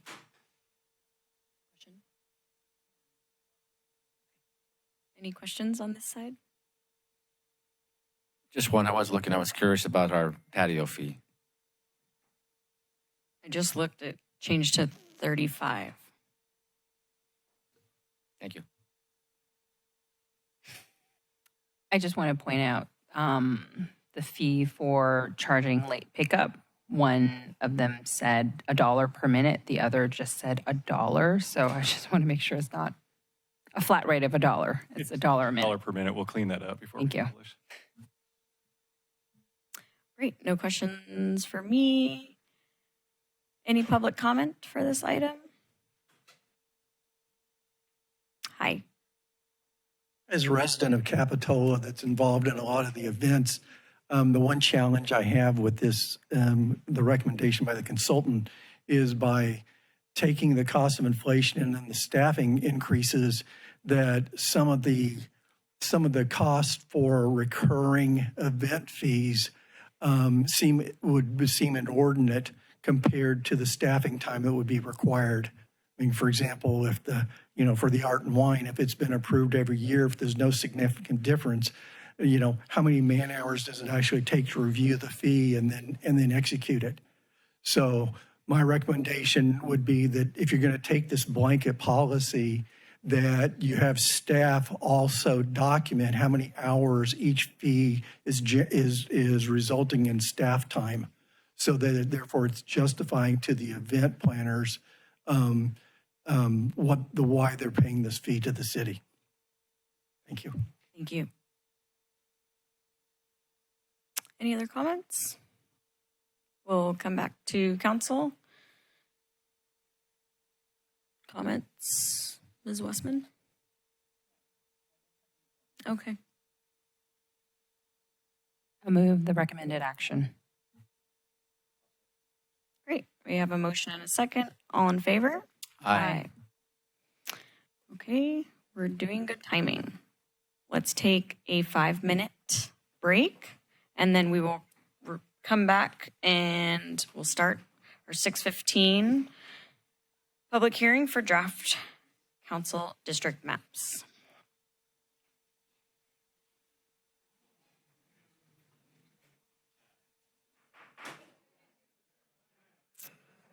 All right, welcome back. 6:14, so we can start right at 6:15 for our districting maps. Great. Well, good evening, Mayor and Council.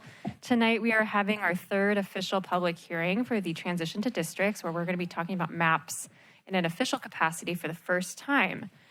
So the recommended action this evening is to conduct a public hearing to discuss the currently proposed maps. We'll receive community input, and then the council can provide direction to staff on which maps to consider or changes to make to specific maps to narrow down the pool. A little bit of background, we've gone over this at each of the meetings, but we're adjusting it with what we've done so far each time. The city received a letter alleging the violation of the CVRA. We adopted a resolution of intent. We hired Doug Johnson as our demographer, who's here in the audience tonight. We launched a public website with several tools for public input and participation. We've to date sent out 2 separate mailers to the residents of Capitola with an increased radius of addresses for the second mailer to make sure that every single person in our city was included. We held an informational meeting on May 14th. We held the first public hearing on May 28th.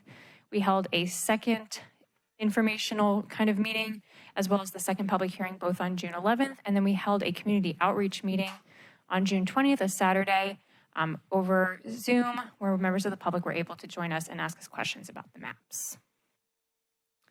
To date, we've done a lot of updates to our website to make sure that it's consistent with current information. We've updated maps as we've received them. We've received questions and comments and updated FAQ documents to make sure that those are reflected, and they will continue to be updated as we continue to gather more public input. Residents can always contact us in the ways that I've listed on the screen here, as well as emailing us directly. And like I said before, we've already sent 2 mailers to the residents of Capitola at this point. That's all of the outreach budget we had for this project, was including the 2 mailers. So we have no more budget left for an additional mailer. And it's also tricky with timing if we were to try and send out another mailer, but we're continuing to provide outreach as well as we can through online methods as listed. So moving forward, we are going to hold tonight's public hearing, as well as one more public hearing in July before the maps get adopted in August, before our deadline of August 28th.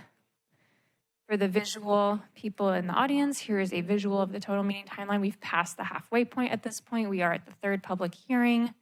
We're really looking to kind of narrow down from council feedback the pool of maps to consider.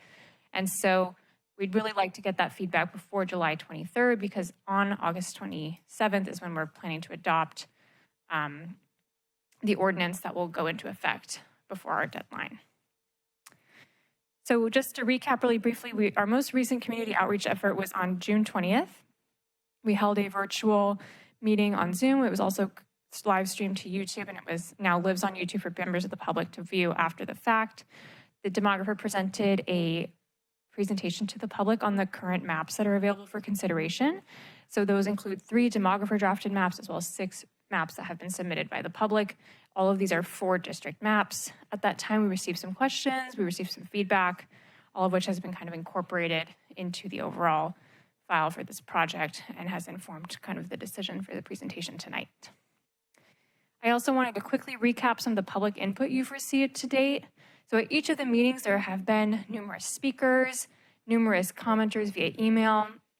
Like I said, we've received a lot of public map submissions and questions submitted through our web form. So I really want to just, again, echo my thanks to the community for participating in this process and for taking the time to submit maps. We've even gotten a couple more this week. So they're not in the consideration pool for this evening's hearing, but they will be included for the next one. And so I really just want to say thank you to the community for participating and taking the time to offer thoughtful input. With that, I'm going to go ahead and turn it over to Doug, who's going to share his presentation, and he's going to take it away from here. So, good evening. It's good to be back with you again. So we are finally, as you just heard, talking about maps and choosing maps. So happy to be going through that. If we go to the next slide. You just heard about the timeline. Just to reinforce that this is the first of 2 hearings on maps, and the hope is to actually pick a map at the next meeting. So that would allow an ordinance introduction and then final adoption in August because of the first and second reading process for an ordinance. There is some flexibility in that, but it's very tricky. So if we go to the next slide. So you've seen the criteria at this point many times. Just very briefly, we have federal requirements. The main one here that's impacting us is equal population. The numbers have to be very close, and I must compliment the residents who have nailed that on all the maps that we've received. And then we do have to comply with Federal Voting Rights Act and avoid racial gerrymandering, which, as we talked about, are not really factors and haven't come up in any of the maps. Then we have our state criteria, which is be contiguous, avoid as much as possible dividing neighborhoods and communities of interest, follow easily recognizable geographic features, and try to be compact. While, as you can see in the top right, we shall not adopt any election district boundaries for purpose of favoring or discriminating against an incumbent, a candidate, or a political party. So those are our statutory criteria. And then if multiple maps are equal in all those, we can get into other traditional redistricting principles such as future growth or other local concerns. Go to the next slide. One thing we did get is a handful of neighborhood maps, which is great. Most of these came from the in-person forum before the last meeting. I do want to emphasize these are people's submissions. People can disagree about the boundaries for different jurisdictions. We've seen that to some degree with the jewel box of a core jewel box and what I've labeled an extended jewel box. Different people have different definitions. Neither one is right or wrong. The goal is to keep these together as much as we can in any given map. So you can see a number of them listed here. Got West End. After the discussion of the jewel box, the resident who wanted the Northwest altogether just said, well, let's call it the toolbox because it's 41st Avenue Mall and things like that. I suspect that's not a widely used name, but it fit in with the discussion, so we're going with that. So this is 5 neighborhood maps. You can see them each in green outlined. Go to the next slide. Here's 6 more that have come in, including some on the east end of town.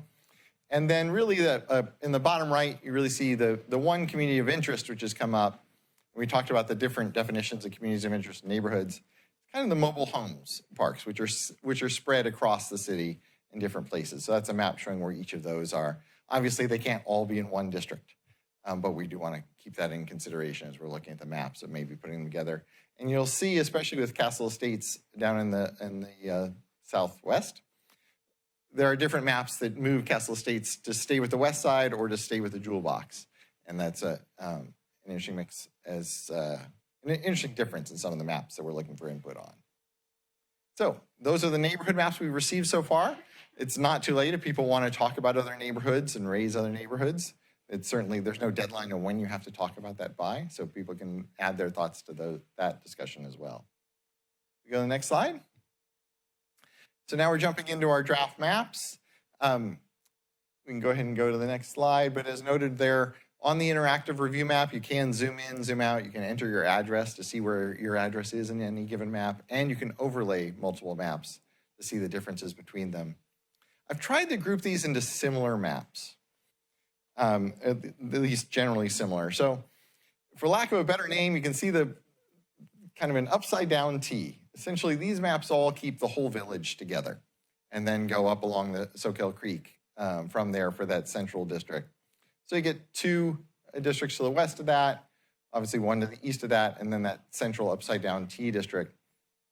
Each of these varies in terms of how it draws either the east or the west side, but these are fairly similar big picture maps. 402 and 403 were submitted by different people, but were the same map. That's why the numbers are combined there. So that's one group of ideas or options that have come in. We go to the next slide.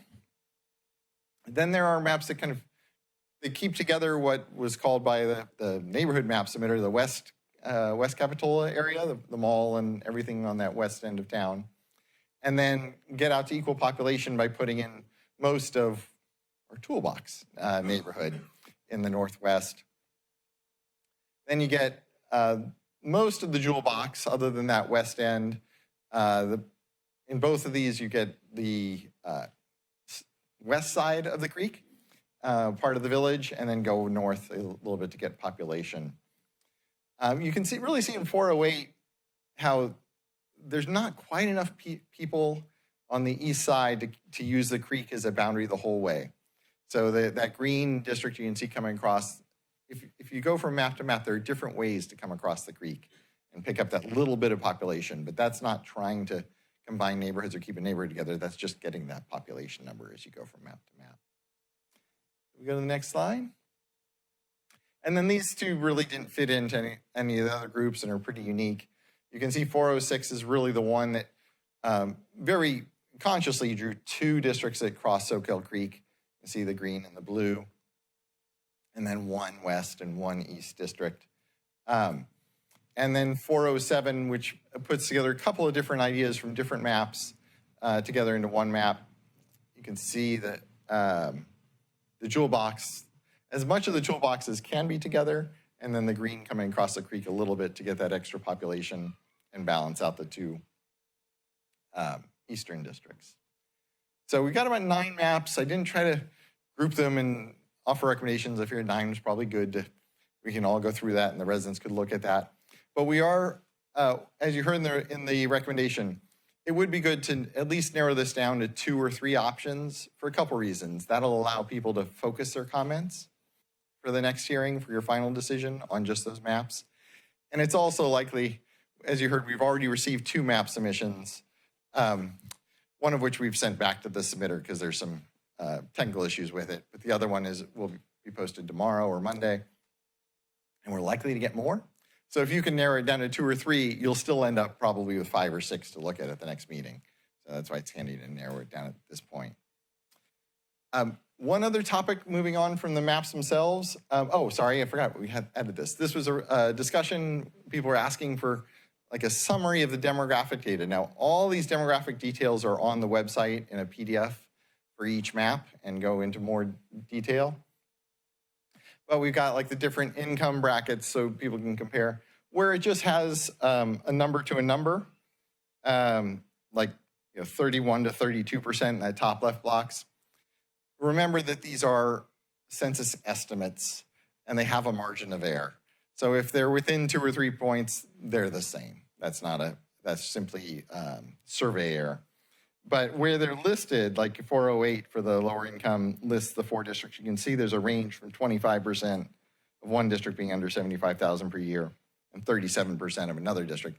So that one has a more distinctive difference at least in those 2 districts in income levels. So that's why some of them just give a little range comment because they're essentially the same, and others list district by district the percentages. I should note, I have to give credit to the city manager. He figured out the star on the majority renters. You may remember back in hearing 1, I talked about the unusual situation in Depot Hill. The city manager is the one who figured out there are so many second homes there, and the census counts them as vacant. So the reason it looks like there's a lot of renters in Depot Hill is because about 1/3 of the houses in that area aren't being included in the denominator. So that was an interesting insight we had not run into before, and thank you, Derek, for figuring that out. So we did want to flag that a little bit, that the renter data for whatever district includes Depot Hill should be taken with a grain of salt there. So we do have that summary, though, we're, as the Kirk said, we're trying to be responsive and stay on our toes as people request different information. So the last piece of this, there was a discussion about how would the mayor start, and the council expressed a desire to start the mayor right off the bat. So if we go to the next slide. The direction is, and these maps all reflect, we'd have 4 council districts, each of which would elect to a 4-year term, and then a citywide elected mayor elected for a 2-year term. So that's the council's direction. Now we're trying to figure out how to transition into that system. Noted on the right, the city's election cycle is 2 posts up in 2028, 3 posts up in 2030. And so we can't change that because you can't shorten a current term. And as noted there always has to be 5 people on the dais. We can't go to a scenario that temporarily has 6 people on the dais or anything like that. Whatever we do has to have 5 on the dais at all times without shortening any terms. So the next slide looks at options. It's a little complicated, so folks may want to wrap their head around this a little bit, and I'm happy to come back and talk in more detail. But the first one would have 2 districts up in 2028, and then 2 districts plus the first election of the mayor in 2030. So 3 total seats up that year. And then it would just go every 2 years, there'd be 2 seats plus the mayor. That's a very simple process, but it doesn't get the mayor up in 2028. The second option puts the mayor up right off the bat in 2028. And because there's only 2 posts up in 2028, it'd be the mayor plus 1 council member. And then in 2030, we'd have that mayor every 2 years, and you'd have the other 3 districts. So you'd be alternating. One year there'd be 1 seat up, the next year there'd be 3 seats up, and then the mayor up every time. So both of those just kind of flow it in, either starting the mayor right off the bat or in 2030 with 4-year terms and for council and 2-year terms for the mayor. There is kind of an outside the box third solution, which has been used before. This is not unique, where we'd have 1 district plus the mayor in 2028. So you get the mayor up right away. Then you have 3 districts up in 2030 plus the mayor. But remember I said you can't shorten a current term. You can shorten an upcoming term. So if the candidates know they're running for a shortened term, that's okay. So one of those 3 seats in 2030 would be likely pre-designated as a 2-year seat. And so then that 2-year seat would come up again in 2032 with the seat that was up in 2028. And then you'd be back on that 2 districts plus the mayor every 2 years cycle. So it's a little bit more complicated, but it does get you the mayor mayor elected in 2028, and then a 2 in the mayor every year after that. So a couple of different options. Happy to discuss them in more detail or answer any questions, and been working with the legal team on coming up with these scenarios too, so Mark can answer questions as well.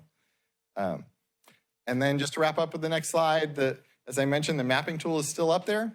The key date for folks to know is July 13th. Is the deadline to submit any maps that will be for the council to consider at the July 23rd hearing. So July 13th is really likely the last chance for folks to get their maps in.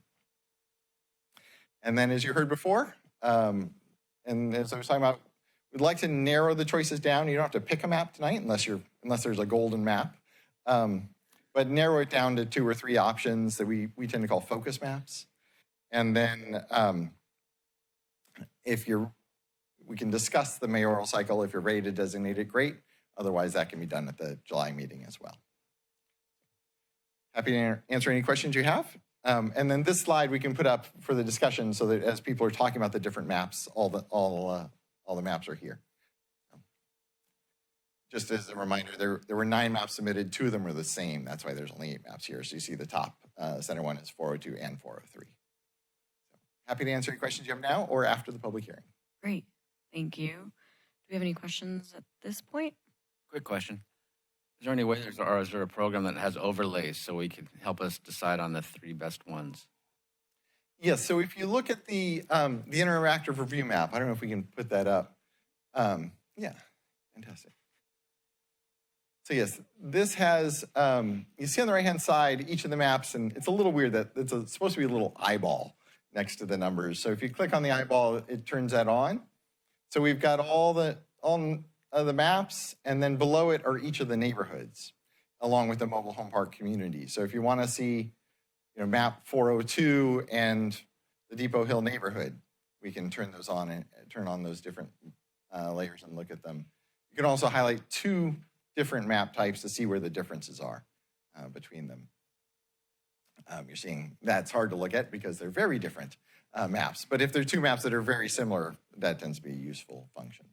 Yes, we can. And we can zoom in and out and see exactly what street the different boundaries are going down in this map as well. So I have a question.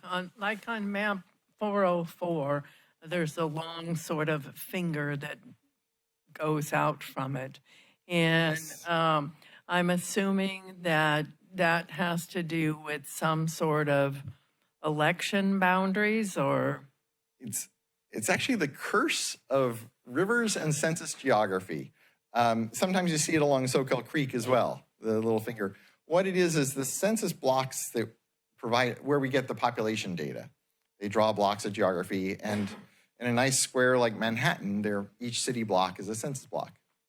When they run into rivers, freeways, sometimes railroad tracks, there's no street crossing there.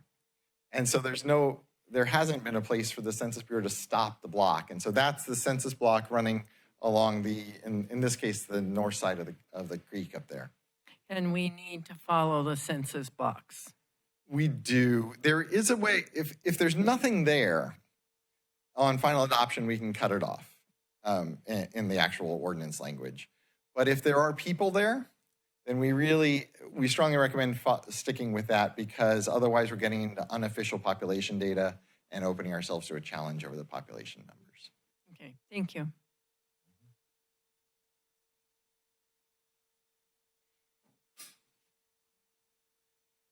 I don't think I have any questions right now. Thank you very much.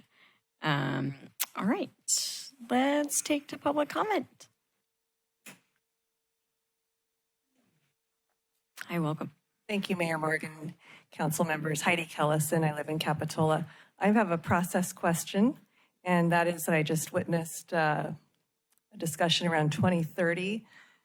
Reflecting on our last meeting, there was a motion, a second, and a 5-0 vote that indicated there would be 4 districts, 1 generally elected mayor, and that the generally elected mayor would occur in 28. So I'm confused about why that's a new item on the agenda tonight.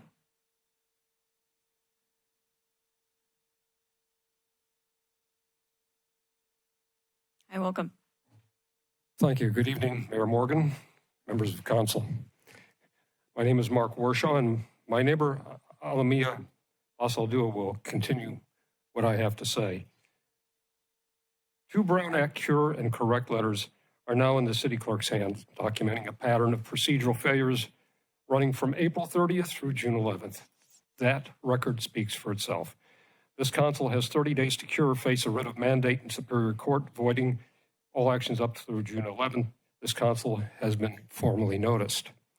Now, let me tell you what's not in those letters. The Shankman demand letter bases its entire legal claim on 1 election, 1 candidate finishing 3rd in a 4-way race for 2 seats. 1 election, 1 candidate. That is the complete statistical foundation for permanently restructuring how 10,000 people choose their government. And that foundation is now constitutionally suspect. On April 29th, the Supreme Court issued Louisiana versus Calais, holding that drawing districts based on racial statistics without proof of intentional discrimination is unconstitutional. More importantly, the United States Department of Justice is currently a formal party in active federal litigation, arguing that the legal framework being applied to Capitola right now is unconstitutional. The federal government itself condemns what this council is being pressured to do. No independent legal analysis of this has been presented to this community, not once, not in any hearing. And the conversations from the city attorney have been declined to be revealed as they have with you. Which brings me to the public records request. 3 Capitola residents submitted records requests starting on June 2nd. The city's response delays material document production until July 16th, past tonight, past the map drawing deadline, past any point where these documents could inform meaningful public participation. This is an unconscionable legal foot dragging. And there's a direct contradiction in that response that this council needs to hear. The city denies possession of any internal communications discussing redistricting, the CVRA, or Shankman prior to March 13th. Yet the city's own publicly posted staff report for April 30th meeting contains extensive internal analysis of exactly those subjects and states that the council gave direction to staff before that date. You cannot deny communications that your own public record proves took place. Vice Mayor Jensen, staff stated publicly that public records requests must be adhered to. I agree. So I ask you directly, how does July 16 adhere to that standard? How does denying documents your own public record proves you possess adhere to that standard? Thank you. Now Ms. Alameda Basaldua will continue. Thank you. Thank you. Hi, welcome. Good evening, Mayor Morgan and members of the City Council. My name is Alamia Basaldua. I am a Capitola resident, local business owner. I am continuing the presentation begun by my neighbor, Mark Warshaw. Mark has spent decades advising governments and senior leaders, including the United States Joint Chiefs of Staffs. I believe his experience gives important context to the concerns he shared tonight. I want to speak about leadership, transparency, and trust. Members of this council, particularly those who have expressed concerns about district elections, I respectfully ask you to consider whether this process has been guided by your own independent judgment or by recommendations, fear-based, of consultants, attorneys, and staff. Since the Supreme Court's decision of Louisiana versus Kelly, with similar constitutional questions now being litigated in Tangipa versus Newsom, the legal landscape surrounding race-based districting is evolving. At a minimum, these developments warranted an independent legal review before Capitola made a permanent change to how its citizens elect their representatives. Yet, the public has not been given that analysis. At the same time, residents who submitted Public Records Act's requests have been told responsive records will not be produced until after tonight's meeting. Whether intentional or not, that timing limits meaningful public participation. The city has committed approximately $75,000 to consultants and outside legal counsel. Yet for a small fraction of that amount, the council could have obtained an independent legal opinion to help ensure the decision rests on the strongest possible legal foundation. I attended a public outreach meeting, saw the amount of people in the room. For a city of approximately 10,000 residents, after thousands of dollars were allocated for public outreach, I expected to see a room full of engaged citizens. Instead, the attendance wasn't a lot. Should have been overflowing. Public participation only works when people know there is something important to participate in. Among the many Capitola residents I have spoken with, one concern comes up again and again. People want a process that is transparent, thoughtful, worthy, and of their trust. Deciding first and informing afterwards undermines that trust.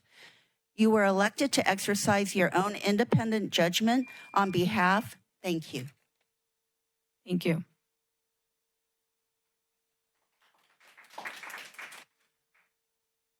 Hi, welcome.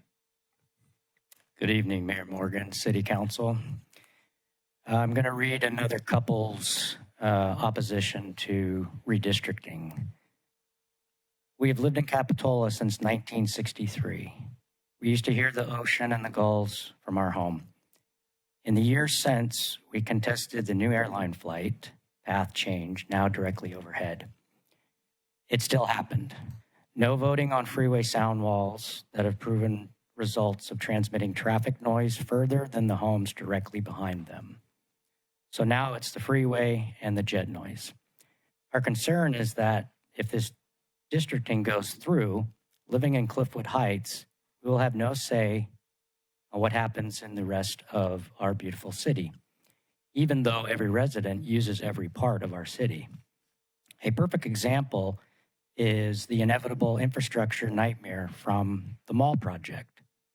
41st Avenue has gridlocked on occasion now, and since each unit of the 1,777 units most likely will have one or more cars, that gridlock may be permanent. What about our current water, sewer, power, garbage, and parking shortcomings? Showering in Santa Cruz's treated toilet water, oh yes, a proven technology, don't worry, right? They said that about Chernobyl too. One tiny mistake or equipment failure, and the aquifers are ruined for thousands of years.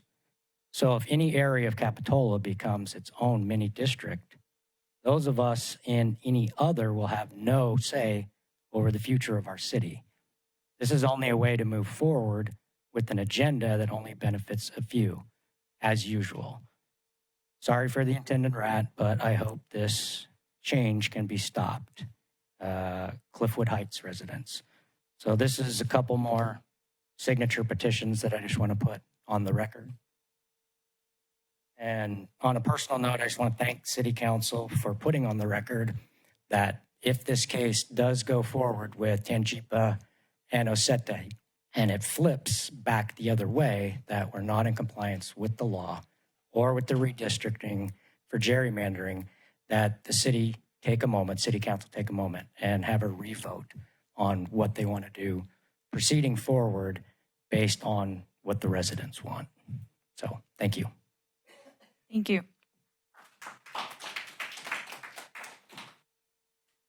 Hi, welcome. Good evening, Mayor Morgan and Council. I just wanted to see if you guys are going to talk about or discuss how the two districts are going to be chosen first, and then if somebody doesn't run in that district, how the appointment process, or does the city allocate $50,000 for a special election since we're going to districts instead of an appointment?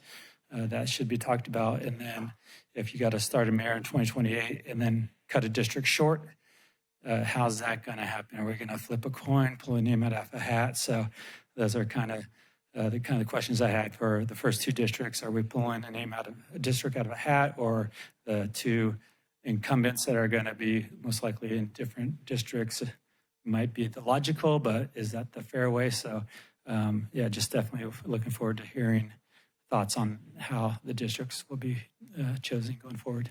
Thank you. Thank you. So I sent a letter, an email, excuse me, yesterday with some of my thoughts on the 9 maps. The real question that I have is what we saw up here, and it's really hard to see any of that from the distance without having it on both spots. I tried to go make that interactive review screen do what it's doing right now, and I could not make it happen. I don't know if there's a glitch, if I was doing it wrong, but I don't know how to find that out. When I send an email to Doug, it floats around for a couple of days, and then I get an answer back from Julia.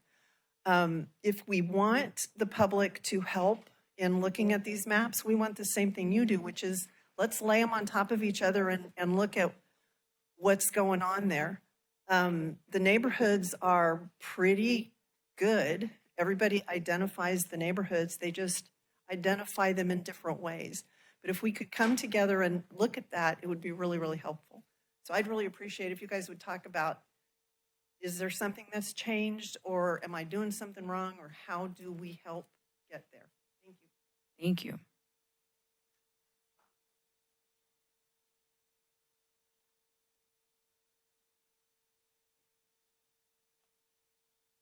Welcome.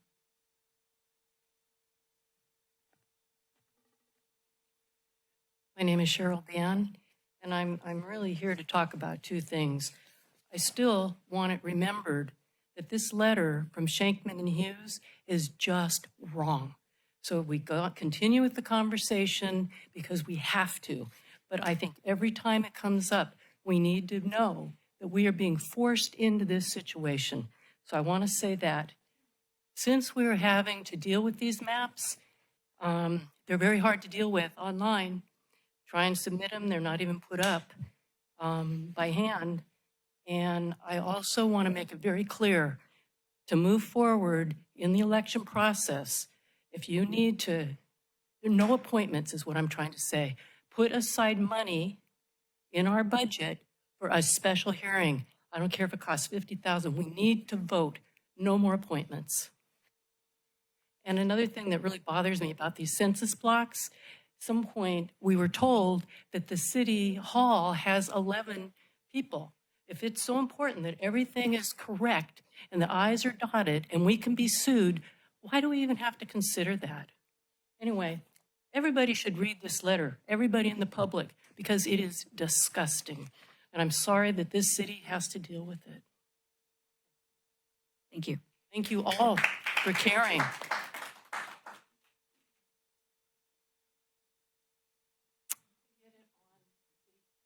Any other members of the public wish to speak?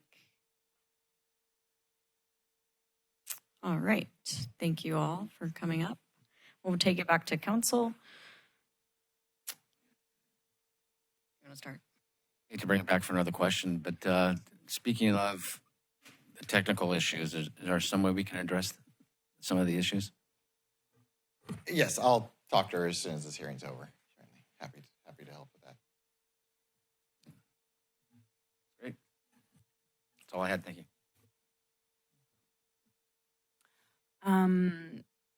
We're back to our comments, right? Okay. In looking at all of the maps, I think to me, this upside down T center option looks like it makes the most sense to me. Mainly because we have this coastal, I don't know if you want to pull it up, but this coastal region that is subject to similar impacts, including tourism to Capitola Village, coastal flooding, erosion, sea level rise. So I favor the T, upside down T set of maps in general over the other options. Really, the maps that kind of span Soquel Creek, which is a natural barrier. I think the California criteria ask us to not, violate any natural kind of criteria or boundaries. Those don't really make sense to me. And some of the other ones that really span the creek don't really make sense either. So, and then the conversation about why we're talking about the timing again, I think is because there were multiple public comments or letters written about the timing process. To me, I think the demographer Doug recommended many meetings ago that the order that makes most sense and would not require kind of shortening anyone's term would be to have 2 go in 2028 and then 2 and 3 go in 2030. I think to me that makes the most sense and most logical sense to move forward in that way. So we don't shorten anyone's term prematurely. And I think those are my comments for now. I think if I may, Doug, could we maybe address just a couple questions before I give any comments or more comments? What was mentioned in public comment was that we had voted last meeting, or maybe it's for the attorney, we had voted last meeting about mayor would have a 2-year term and this would all start in 2028, but now we're sort of revisiting that and discussing 2030 be the onboarding for the mayor. So if we are to change that, or how legally are we able to do that? Or Thank you, Madam Mayor. So I view this as part of an ongoing conversation. This is public hearing 3 after many other agendized meetings and public workshops, things like that. And so I can confirm there was direction received at the last council meeting as to the issue of when the mayoral role comes online. Different jurisdictions do it differently. And so that is an option that the city council has discretion, or decision that the city council has discretion over. And we received questions about it, and that's why we're bringing this issue to the council. Okay. And I would just add, the phrase I use a lot is, nothing is final until the ordinance is adopted. Right. So right. We do want to lay the information out there. And then I guess how will we choose, once we have our districts picked, how will we choose which ones would be voted on in 2028? Yes, so briefly, because we talked about this a little bit before, but as I mentioned in the criteria, we cannot choose a map that favors or discriminates against an incumbent or a candidate or a political party. But once a map is chosen, then we can look at where the current council members fall on that map. And I look at it and discuss it as respecting the rights of the voters to say, the voters elected the current council. If it falls out that it counts council members alone in a district, then the voters should have the choice of whether or not that council member's earned re-election and just pair the year to the council member. We won't know where the council members end up, if there's any pairings or anything like that, until a map is chosen. So that'll be the first step. If there are council members who are in different years who end up in the same seat, then we get into a much more complicated conversation. And actually, Mr. McGuire triggered a thought, which is, if you do go with the shortened term, coincidentally, as we'll get into, that may solve the problem of letting them both run. But we'll deal with that if that scenario arises and or reach that point. Okay, thank you. Did you? I was just going to comment. I guess we don't know where the districts are, but for example, in 2028, both myself and Councilmember Jensen will be up for re-election. And I think, if we're looking at where we are in the community, and if we really do respect the Soquel Creek, then we wouldn't be in the same district. Then it would make sense for my district and Councilmember Jensen's district to go in 2028. It's not only if you're in the same district with someone who's up in the same year, though. It's also if you're in the same district with someone who's up in the other year that it becomes complicated. You mean in 2030? Right. So if it's really is, well, since there will only be 4 districts, 2 of you will be in the same seat. And so it's not just the fact that the 2 of you up in 2028 are in the same seat, because if we did do that and a 2030 council member was in one of those seats, then that 2030 council member could not run for re-election. I see now. So how do we decide? We'll put them on a map and look. Once you choose a map, we'll put them on a map. But before the legislature kind of messed this all up, we would have that from day one. But then the legislature amended the Fair Maps Act and put in that requirement of no favoring or discriminating against incumbent. When we put that up on the maps, it looked like we were favoring. So it's Sacramento's brilliant process. My apologies. Thank you for the clarifying comments. Do you guys want to deliberate? Well, I think I'm in agreement that I probably think sort of the T-maps work the best. I do think it's important for, areas like, the 40s on the west side of the creek to all be included in one district. I don't like seeing those, and I like seeing the jewel box, the entire expanded jewel box be there. I like seeing none of the mobile home parks divided. I saw on one map, we sort of use Noble Gulch, which shows up on a map, but most of it's actually underground. So I think it's important for us to keep the mobile home parks together in place. For me, I think I'm still going with the the 4 districts and the elected mayor starting in 2028. I personally don't see any difficulty if we want to shorten one district in 2030 to 2 years, because whoever ran for that would know what they were running for and that it was going to be a 2-year term. So they could factor that in. I think we should be optimistic and think that we are going to have people in each one of these districts run, because when I look at the maps and the way they're being proposed, we've had a lot of council members come out of all of these districts. I don't think we should spend too much time worrying that we're going to have to appoint someone. I think if that case does arise, then the city's going to have, and the council at that point in time will decide, do they want to make an appointment or do they want to hold an election? And who knows what the circumstances will be when that comes up.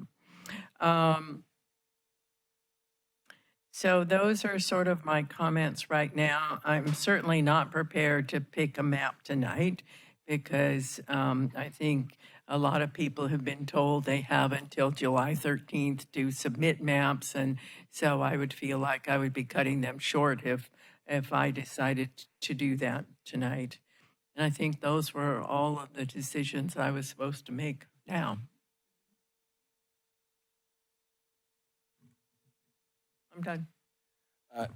Thank you. I like the idea of the T sort of map. I'm too not in a position to, I want to heavily comment or sway the community input on maps and stuff. Just one comment I have briefly about it is just, if we look at 41st as our big economic driver, I think having that representation into one council member's jurisdiction is quite a responsibility or quite a feat to make sure you represent that whole area. So that's just my general comment. And then just going back to full transparency and you look out here tonight and we have a group of people and there's less people here tonight than were at the last meeting. And as much as we want to say there wasn't maybe a formal vote taken, there was a motion, there was deliberation, there was a second, there was a unanimous vote of 5-0. And for somebody who was at that meeting, if the mayor position was something that was important to them, and then come back to tonight, they missed tonight, and we don't have a meeting the 1st of July because we take that off for a holiday, and the next time they're going to come back is now at the end of July, and like, oh, you missed the meeting, and council changes. So, like, I don't want people to feel like this reaction that they have to attend every meeting and things change and they see a unanimous vote. I mean, even though a vote might not be from a legal standpoint locked down to the rules of, Robert's rules or whatever, correct thing, but it just seems to me like I think we need to establish a clear direction and we make a decision at night. I know there's some flexibility, and like I think Councilmember Westman said, and I said, we want to encourage community involvement to continue, but I don't think it should be sporadic that now tonight we're looking at having it start in a different year and a different process. I think we talk about what we did is in 28. That's what we're doing, and how are we going to get there the best way? And those are all my comments. Can I add one more comment? And just to put this out to the council, I actually wonder if sometime in the next week it might be possible to, have a little class or something here at City Hall. If people want to come and learn how to use the maps, because I'll confess for myself, I tried to use it online and it was pretty daunting. So that might be a way to help out our community if we could, I'm certain someone on staff could sort of facilitate that and make that happen. Yeah, I think we could set up some sort of, 10 a.m., come learn about how to use the mapping tools. Right. If someone would like to do that. Yeah, I think that would be good, because then we won't have people saying, well, I tried to use it, but I couldn't use it. Let's have something an opportunity for people to get their questions answered in person and do it. If we're talking about 9 maps, aren't we able, if let's say it grows another 1 or 2, aren't you able to just print out hard copies too? So if they're challenged from from a technological standpoint, they could just come in and look at a map that's printed off that is sitting in our community room where they could check them out to look at them and have a table laid out for them. Yeah, we can print hard copies of them, have them in the lobby, and like we do with agendas. I don't think that's a problem. And we do, on the website, there are PDF versions too, so anyone can print them from home too if they're having trouble with the interactive map. As the speaker mentioned, you can't see the detail in the PDF that you can in the interactive map. So So it's a full sheet. Right. But in terms of getting a map printed. You can print out 24 by 36. I mean, that's what I'm talking. I mean, Oh, in the lobby, I wasn't thinking we'd have multiple 24 by 36. I was thinking if there was a roll of 9 drawings, it'd be like a set of plans. Somebody could just take them, go look at them if they wanted to see them from a physical standpoint. I'm sure a $3 print on 12 maps probably would be something that if somebody really is challenged by not being able to look at them. That's all I was getting to. Yeah, I don't see a reason. I don't know the 24 by 36. I think we could probably do it on like ledger size where you can get every single street down pretty clearly. Have to see exactly what that looks like, but whatever that size is, we can do that. That's Or if it's 2 ledger sheets, that would work too. Yeah. You could tape them It's together. We have visible. blueprints all over the whole entire city. Yeah. They're 24 by 36. I don't think that'd be too much to ask, but we can go from there. I just want to make sure that that's within the budget of our, with our demographer to have a, is this going to just be staff? we can do this with staff time. I'm looking at a screen, a computer screen right now that's smaller than ledger size, and it's very clear to where the different blocks are, what's in and what's out. So I think as long as we can get to that scale, it shouldn't be a problem. We can even have them as handouts. I don't even actually think they have to, well, they do need to be I actually don't know that they need to be colored, frankly. So there's really very limited extra cost associated with that.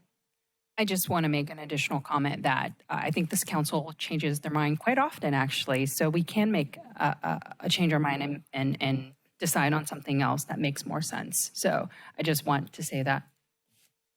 I would add to that too, that this might be good for the public to realize that what I say is not decisive. What you say is decisive. So me putting something in a PowerPoint does not put it back on the agenda or anything like that. Great. I think I'm a little split on the ideas of the maps. I understand the idea of the T, upside down T. But I mean, I've looked a little bit further at sort of the 406, 407, where there is a split over sort of that Riverview area. And I think I'm just looking at it more of like having a more diverse pool of residents on each side in one district. I don't know if that makes sense or not, but to me, that's how my brain is looking at it, that it would be sort of a more collective pool of voters.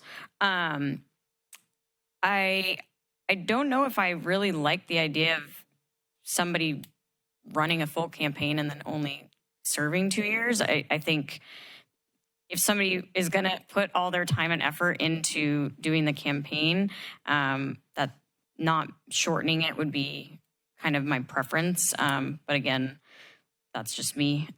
So those are kind of my feelings. I definitely am not feeling like picking a map tonight. I think we've given ourselves good time and we have possible more re-entries of maps that we would look forward to exploring.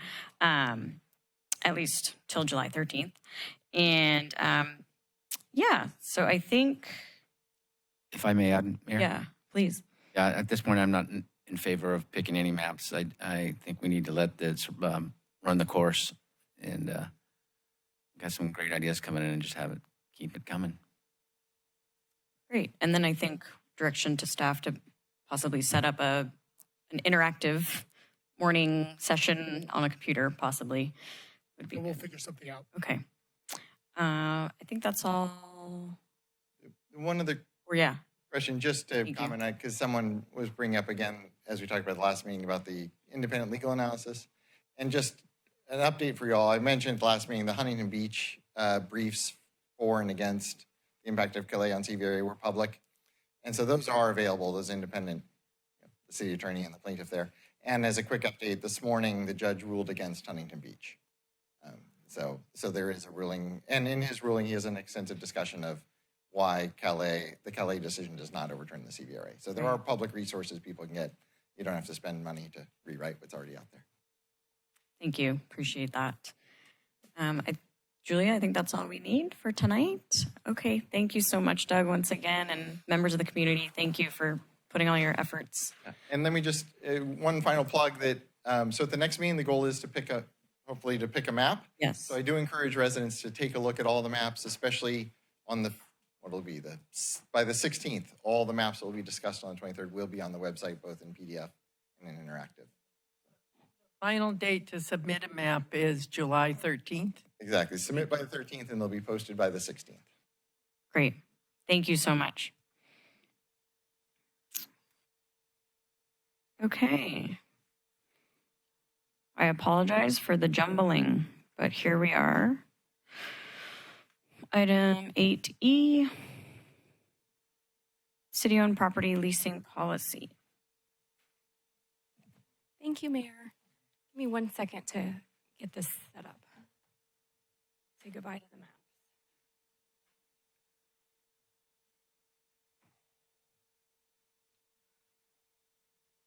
Okay, thank you, Mayor and Council. So first off, yes, this item is about city-owned property and a possible leasing policy.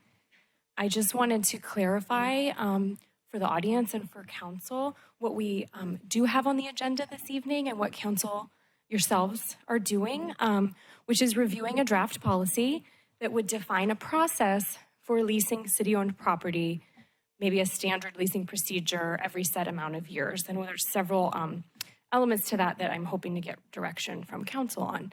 So council could provide feedback on the policy, adopt a policy that sets a cycle for a standard RFP every so many years, or you could vote not to adopt such a policy. So that is what's happening this evening. What's not on the agenda is issuing an RFP for any use of any city property, and the city council is not canceling any current leases that are in place. Just want to make that super clear, and I very much apologize if that was understood by anyone, because that is not happening. So, moving on from that, a little bit of background. We don't currently have an administrative policy for leasing any city property. This exact item, and that's not a typo, was continued by council almost exactly a year ago on June 26th, 2025.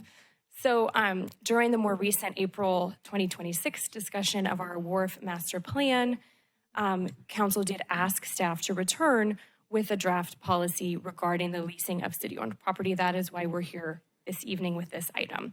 So as you're, I'm sure, very aware, City Council does approve all leases in open session in a meeting such as this.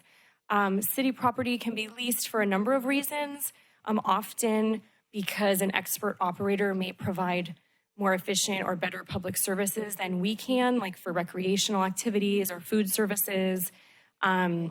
Leases can enhance long-term revenue growth, and council can determine just also that it's in the city's best interest to lease property rather than have the city use it themselves. So, as was in the report, the city does have 3 specific leases in place now, with the Capitola Boat and Bait, a very loved local business, with the Capitola Beach Company, which seasonally serves many people for recreation, surf lessons, and with Britannia Arms for their patio, which not everyone may know, but that is technically city property. The patio is leased for outdoor dining.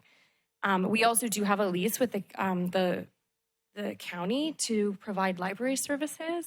The building that the city built is technically ours. We lease it for 99 years because we don't have a library department.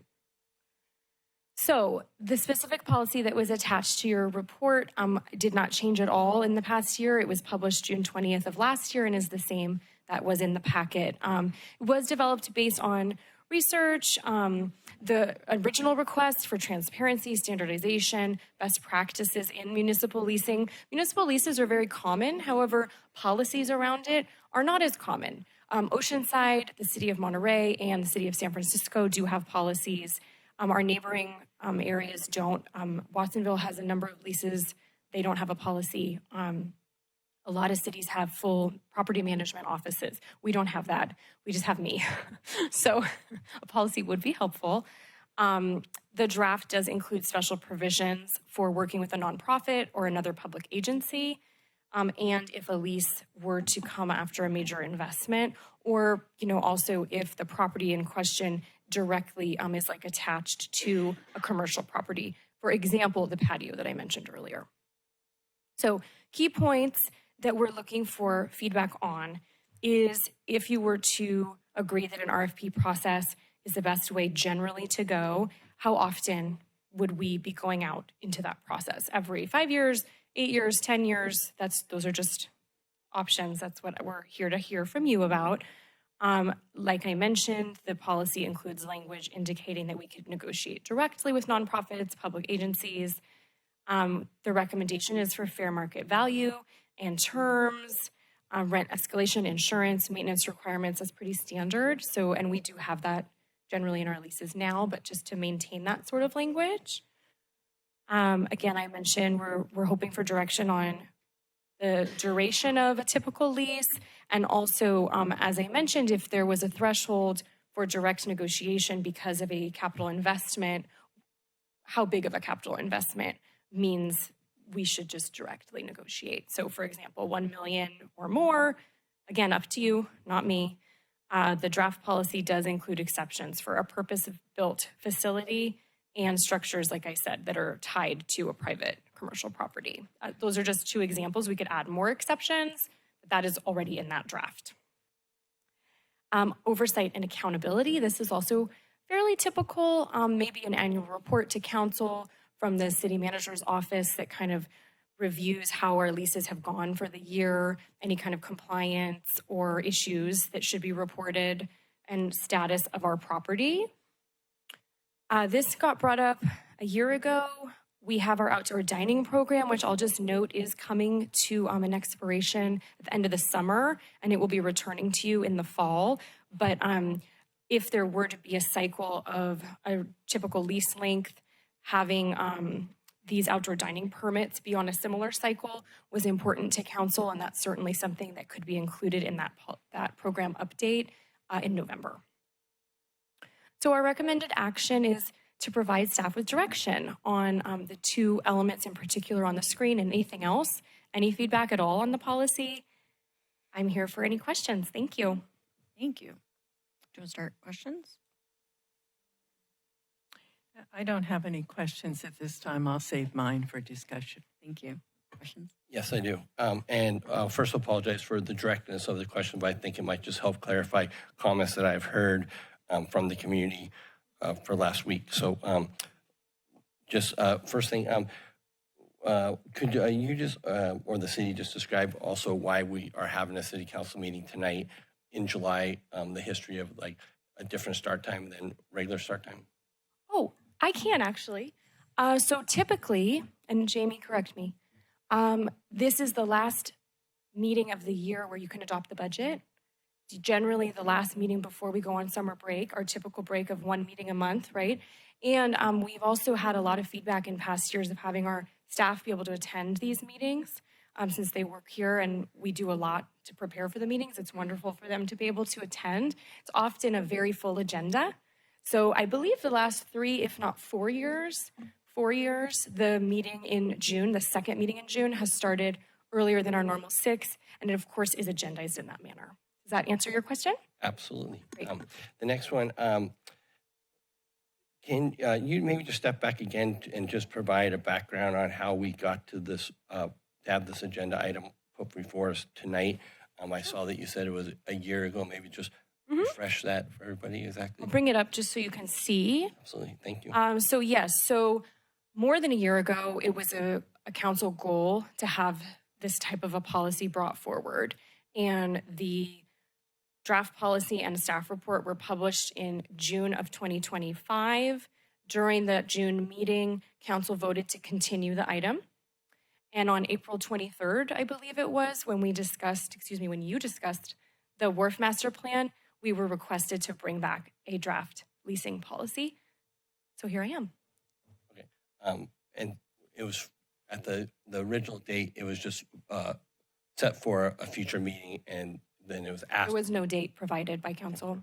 And then in the preparation of the administrative policy that we have tonight, it looks like it was also constructed last year. How was that, and what was the process that was done, and any input from any of the leasees regarding that? So no, there wasn't. The policy draft was developed by reviewing other city leasing policies, talking to staff, and looking at best practices for just general leasing. Lease language and elements to that effect would be between the attorney and the business once they were selected from a proposal, if an RFP process was used, I believe. Yes, okay, I got a nod. Okay, and again, these are questions I hear over and over and over, and I think it's great to have them on record so we have them all. And then one thing I think you highlighted, which I appreciate, in the Santa information that we used to get this policy put together in Santa Cruz County, Scotts Valley, the county, Santa Cruz, and Watsonville don't have any of these. No, not to my knowledge. And at Santa Cruz, I was just trying to look at Like for their wharf. what city might represent us the most, and maybe not by size, but like Santa Cruz has a wharf, and I think there's excess of 70 businesses there. They don't have any of this policy put in place for them. They do not have an administrative policy. Jamie, do you want to add any insight into that? I know you've talked to the city manager. You don't have to. I don't think I can speak for the Santa Cruz Yeah. city manager, so no, they They don't have a policy. Monterey Does, and they have a wharf. and then, yeah, it would be probably our closest example.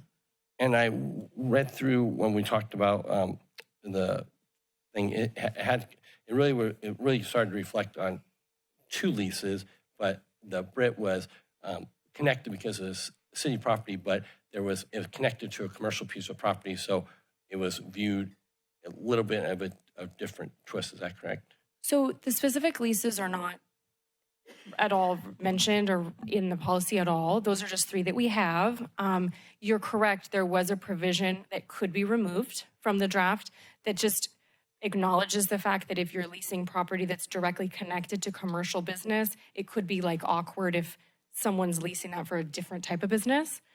But we could certainly do that. We could remove that provision. We could add more provisions, whatever council decides. Okay, and I think I have 2 more. The rate that is established, is it in conjunction, if I recall correctly, it's in conjunction somewhat to what is being paid by the outdoor dining, is that correct, from a cost standpoint? I think that's something that we've looked at, but is not a requirement. You go ahead. So when we have negotiated our most recent leases, we have looked at the per square foot cost of the outdoor dining program, which is going to be coming to an end, as Chloe mentioned, be reconsidered by the council this fall. So in the policy, I think if you were to move forward with it, eventually at some point you get proposals and you have sort of market-based proposals. I think in lieu of that, what we've done, as you referenced, is kind of use the outdoor dining rate per square foot as a bit of a benchmark. So there has been somewhat of a financial review that the city's done to make sure it's not favoring one business over a long-term lease, that we can consciously say across the board that it's been evaluated to outdoor dining, that it's in a relative fair market rate. I don't want to say fair market. We've done our best to try to make sure that there's a relative parity across the leases. At least that when you look at them, you can see that they're all, we've never gone to market to know, certainly not in the last 20 or 30 years, gone to market to know what the market rate would be. I guess, market rate within our city, I guess, just comparable to outdoor dining is to a piece of concrete by Esplanade or a piece of the. Yeah, they're not exactly the same, but we have tried to make sure that those are as close to parity as we could.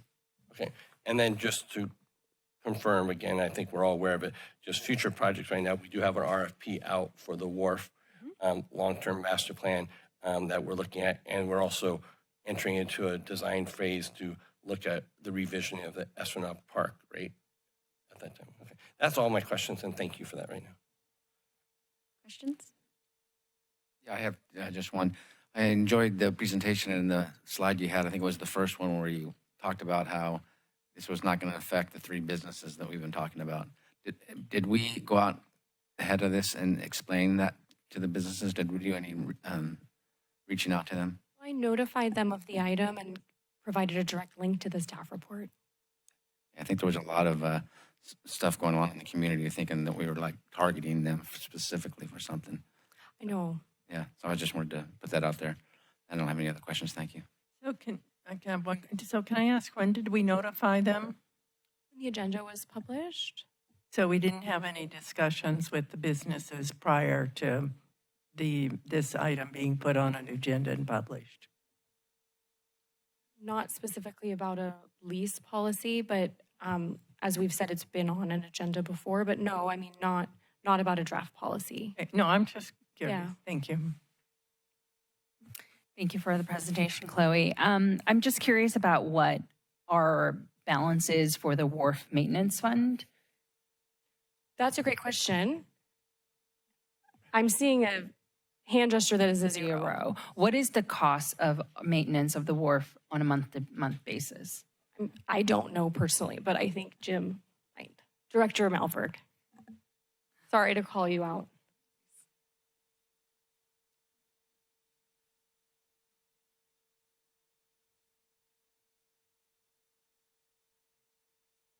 Good evening, Mayor and Council. Off the top of my head, I don't have that number. I can tell you before we did the wharf, we were collecting about $3,800 a month. We now collect about $2,300 a month. And it's getting down close to, when I put up a zero, it's not zero, but it's going to be zero by the time this lease is over. And then likely in the short term, it'll go into the red, negative, where we would have. If we don't change what we're doing by the time this lease is over, yes. I think the answer is the revenue does not cover the cost of the maintenance currently, and it's unsustainable. And so to be At this current fiscally structure, yes. responsible, we should look at alternatives. And I know we've got our RFP out for the wharf. Have we had any applications? We haven't. I believe it's through the end of July. 17th. And if we don't, does the council have the option to consider, another option as opposed, because we didn't adopt a master plan. I'm just saying, looking back into the wonderful survey results that our consultant was able to do, we had many, many options that the community was interested in. And if we don't move forward with one option because there's no interest, I'm just curious, because the wharf is a wonderful asset that we spent millions of dollars renovating, and it's an economic development opportunity. So when do we and can we consider, pivoting our priorities if we don't get an application? Of course. So if come July 17th, we've had no applicants, I would come to you as an item on a future agenda to discuss the options moving forward. We could publish it longer. We could rethink our strategy and look at other options. So we can definitely pivot should we not have an applicant, someone interested. Thank you, Katie. And I think just in light of that conversation, when we were talking about the master plan, this is why it came up. If we pivot, there may be opportunity for leasing of other businesses. This didn't come up because we're trying to target any businesses. And there's no plans to terminate our lease with Boat and Bait. I just want to be clear. It's obviously it's evident based on all the public comments that the community loved this business and it brings a lot to Capitola. But I just want to make sure that we're thinking proactively in terms of opportunities and the opportunity for transparency and process. Just one question. We have an LCP, right, for the wharf, and we're obligated to provide services onto the wharf. Could you just talk about what those are briefly? So even if it is in the red, what we are obligated? Yes. So the city of Capitola has what's called a local coastal program. And in that, there's a long-range document that describes a portion of that for what our long-range plans are. And there's a section that covers the wharf, and it's an active fishing wharf. And within our LUP, it's very clear that that's the intent, is to keep our wharf as an active fishing wharf. So that was integrated into the master plan. And any future discussions with council, if we were to, I don't think there's a desire to change that by our community, but if there were, we would have to first modify the land use plan, which would have to go to the Coastal Commission for certification. So it'd be many steps, a lot of public process before that could ever happen. And I'm sorry, Director Malberg, you said before it was $3,800 that they're paying, and now you think it's 23 or something. So there's a shortfall of $1,500. Roughly, yeah. So the 3,800 was covering what the expenses were at the time? Yeah, it must have been because it had been that amount for quite a while, and we had a balance when the storm hit, and So- that balance has been depleting. Yeah, so, Right. so historically, the Wharf Fund has included revenue from both the boat and bait operation and the Wharf House restaurant.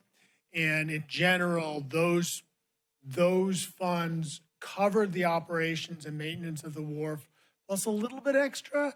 And then what would happen is every 3 to 5 years, we would have enough piles broken and there wouldn't be enough extra, and we would end up supplementing it with a couple $100,000 of general fund to replace the piles. So the two revenues combined sort of covered the operations, but I think but there was probably closer to $4,000 to $5,000 a month, I think. So we're well short of that now. Thank you. Great, thank you, Chloe. I guess this would be more for like our attorney probably. I know it when a lease ends, it's obvious that maybe new negotiations happen or maybe it's not renewed. The fact that the city could decide to do an RFP at the end of any lease is possible, right? Yes, that's correct. Okay. And so is that specifically, maybe this is redundant, but is that specifically stated in most leases, or is that just to be like a known possibility? I would say it's considered to be a known possibility. Usually you have a section addressing the term and the duration of the same, and the parties, if they want to continue, will start saying, well, okay, looks like, it's going to expire in 90 days. Why don't we start negotiating again? Do we want to renew? Do we want to bring a new one? Do we want to amend, extend, things like that? So it's generally known that, there's a sunset date and the parties can start discussing what happens next. Okay, great. Thank you. Oh,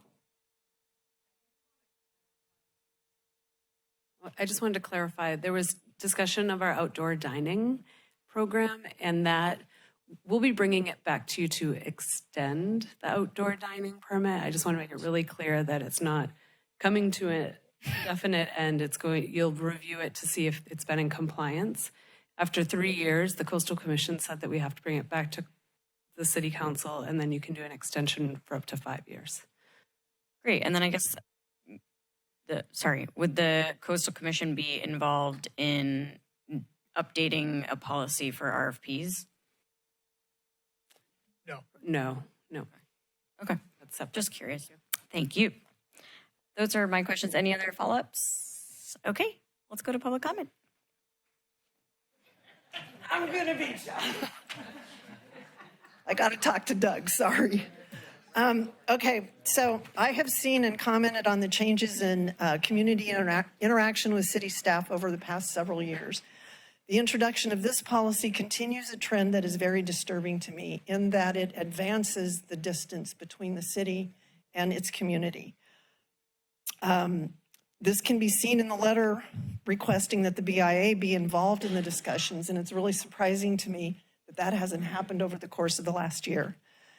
I understand that the rebuild of the wharf and subsequent leasing of its space has highlighted the community's love for the concessions historically provided out there. I understand the city's need to be fiscally responsible in covering the cost of the improvements and increasing maintenance costs, as well as providing those concessions. But I don't understand why such a policy as proposed is necessary. The private-public partnership may require that the boat and bait concession be integrated into it, but that will come when we have some kind of a proposal on the table. The implementation of an RFP process for leases currently held by long-term tenants in the name of standardization is unnecessary. The investments made by these tenants are not insignificant and meet the intentions stated in the staff report. To actively solicit replacements is adverse to our spirit of community, and the bureaucratic cost of RFPing everything, no matter how often you do it, is unknown. In the past, our decisions have respected the brick and mortar investments while allowing kiosk-style enterprise. actively inviting others to bid for a kiosk-style enterprise that's an integral and contributing part of an established brick-and-mortar business seems like an attack on the owners. Actively soliciting bids for a patio space that is attached to an operating restaurant is not only an act of aggression, but it's unconscionable to me. The fact that this policy is a result of administrative input and not the result of a specific proposal brings me to question the real intention behind it. There are protections for residential renters and limitations on evictions. You can't evict a tenant in good standing because you can get a higher rent. The city cannot and should not put the burden solely on the small businesses that make our village so magical. They should be partners with them. I urge City Council to continue as we have in the past. Review proposals on their merits, use history as the precedent guide, and don't disenfranchise the community members that have chosen to live and work here in Capitola. Remember, they were here building the very elements that have helped make Capitola the destination it is today. The City Council is the landlord, not the city manager, not the city staff. Renew leases as you would expect any normal landlord to renew them with reasonable terms. Thank you. My name is Ed Martinez, and I've been fishing out on this particular piece of water for about 50 years. And I've been sailing up and down the West Coast for longer than that. And every old historic wharf has a set of characters on it. And it's amazing how consistent it is. So although I appreciate trying to create parity across the different leasing structures, I urge the City Council not to adopt this. It's ridiculous to have an RFP process for businesses that have been there for 30 years, and you really can't equate a business like Capitola Boat and Bait with a patio business or something else. So I urge the City Council to do leases the way almost every city does, including Santa Cruz, is to evaluate the lease on its basis. The Capitola Boat and Bait in particular brings a lot of value that doesn't fit the revenue numbers and doesn't fit neatly into a spreadsheet. I have been a first responder in Santa Cruz as a lifeguard, and I've worked volunteer fire, et cetera, et cetera.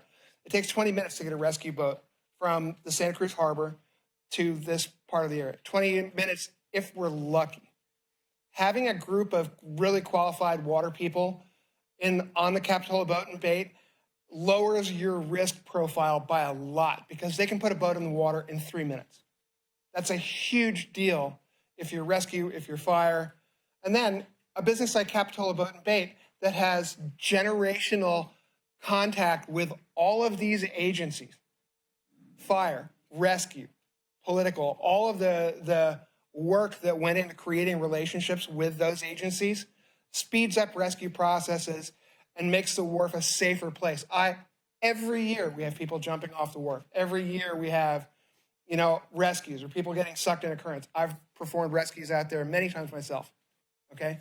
Having somebody that has taken the investment to create that kind of relationship structure and that kind of expertise with a group of people that are out on that wharf all day long is far more valuable than you could possibly replace, no matter how much more money you got for a lease. So dangling an RFP over a business that's been there for 40 years, to me, would be insulting. It's actually an affront to the investment that people like Dave and Tina have put into having that kind of value onto the wharf that we just built. So I really encourage the city, just don't do this. Don't do this.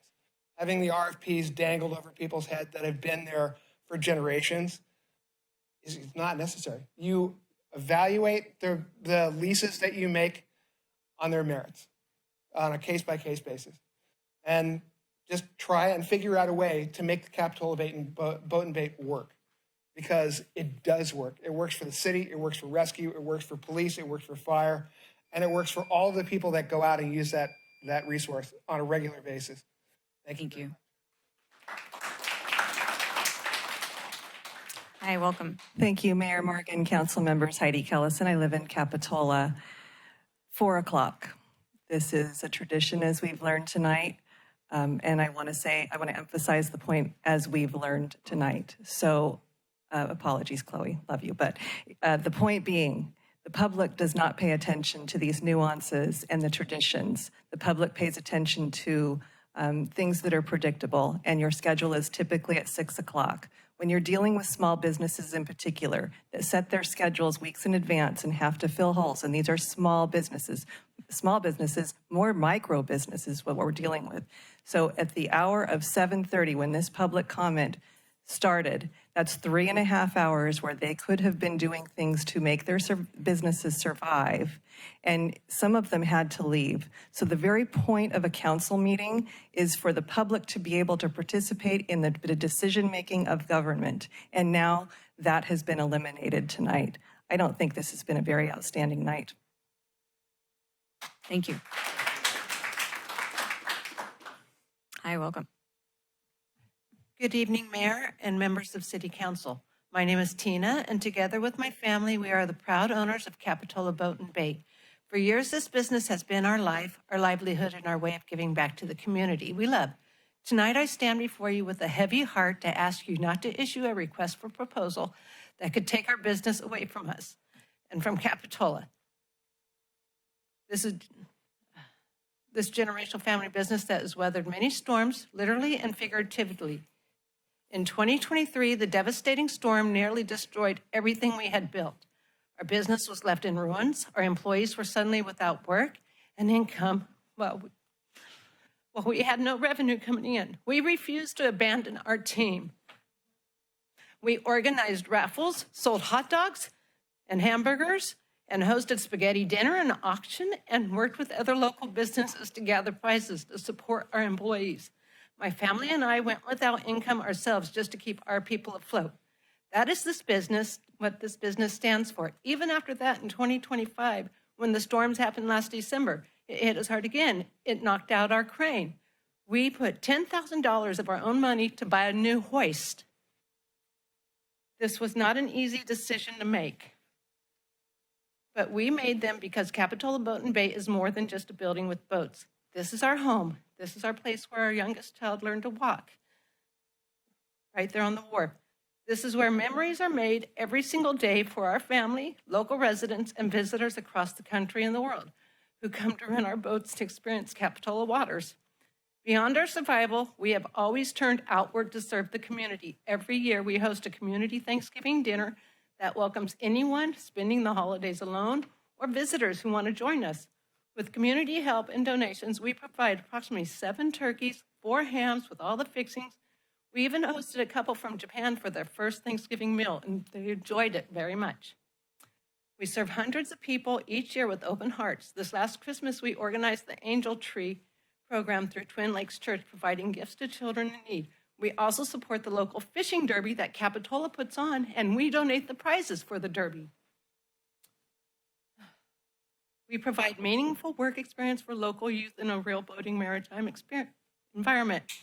Many of our past employees have gone on to careers in commercial fishing, boat repair, fiberglass work, electrical systems, and engine maintenance. We are proud to help build the next generation of skilled workers right here in Capitola. Ladies and gentlemen of council, issuing an RFP for the wharf threatens to erase decades of community investment, family sacrifice, and local tradition. You cannot replace what we have built with any bid on a piece of paper. This business is woven into the fabric of Capitola. It has survived storms, supported families, and lifted our community in time and time again. I respectfully urge you to not approve the RFP. Thank you. Thank you. Hi, welcome. Hello, Mayor Morgan, members of the City Council. My name is Peter Kellison, resident of Capitola. Appreciate the staff's presentation on this and the questions that the City Council asked, because I was going to get up here and I was going to ask, what is the problem intended to be solved by this proposal? And what I heard were 4 answers. One is standardized lease, standardization of leases. Now there's a potential for an RFP, economic development, redevelopment. I don't know what problem this is intended to solve, and I don't think that the issue itself is ready for prime time yet, because if it's going to be lease standardization, it should be focused on that. If there's going to be an RFP component, which is the stinger in the tail, because RFPs and for public agencies generally are for purchasing services or for soliciting tenants to new properties, not for requiring existing on-time lease-paying tenants to recompete for their current leases, or whether it be about economic development or redevelopment, there's a whole lot to unpack here. So I would just request the council to just shelve this. Thank you. Thank you. Hi, welcome. Thank you. I'm going to read something that one of the members that actually left had to leave because it was taking so long. Before I want to read this, I'm very disappointed on how this whole meeting went. You had what I said was reported 53 or 54 correspondents sent in specifically about this topic, yet you chose to hold it off. You had a whole room full of people that were wanting to talk about this, and you guys, it would have been better if you had just brought that forward. This is obviously a very important topic for this community, and that would have been better if you had said, you know what, let's move it forward. You moved all the other topics around, but you chose not to move this one. We lost 7 people that wanted to speak about this. That's 7 people of your community that did not get their voices heard tonight. So by the way, I'm reading one of them. Capitola Boat and Bait is not just another business on the wharf. It's a 30-year-old community institution, true local gem that deserves renew of its lease without being forced into a high-stakes bidding war against outside developers or chains. Tina Williams and her family have poured their lives into this shop. Her son literally learned to walk on the wharf and now works alongside her. Generations of local families have made lifelong memories here, buying bait, grabbing ice cream, and enjoying the authentic Capitola experience that only a lifetime family-run business can provide. Customers describe it as a family, not just a store. Forcing these businesses, Capitola Boat and Bait, Capitola Beach Company, and Britannia Arms, to compete purely on price risks, replacing deeply rooted local landmarks with higher bidding outsiders who have no stake in the community. This isn't about fairness, it's about prioritization, short-term revenue over character, continuing in the soul of Capitola Wharf that residents and visitors cherish. The city should recognize the substantial long value term tenants like Tina have already contributed over decades and grant them a fair, stable lease renewal. Community impact, local knowledge, and proven dedication matter more than what can be written in the biggest check. Drop the mandatory bidding policy, support the businesses that have supported Capitola for generations. I also have 2 children who have gotten their first jobs at the Capitola Boat and Bait. I would not be, they have built their character. They have gone on to wonderful careers. My 16-year-old was out fishing while we were in this meeting. I have to go home now, late, to go cook the fish that they caught today, okay? So, thank you very much for your time. Thank you.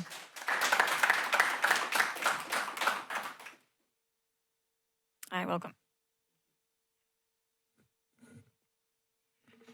My name is Cheryl Ban. I'm a former business owner in Capitola Village. And I heard some of the whys or the hows, but I don't get the intent behind putting this item on the agenda. It's still not clear to me. I want to bring up a topic that we all want to forget about, and it's remembering the COVID lockdowns when even our beaches were closed. You could be arrested for wanting to sun on the beach. Remember our small businesses that were closed, locked down? Well, except for Costco and liquor stores. How 60% of small businesses in our nation closed permanently. Remember how our community suffered.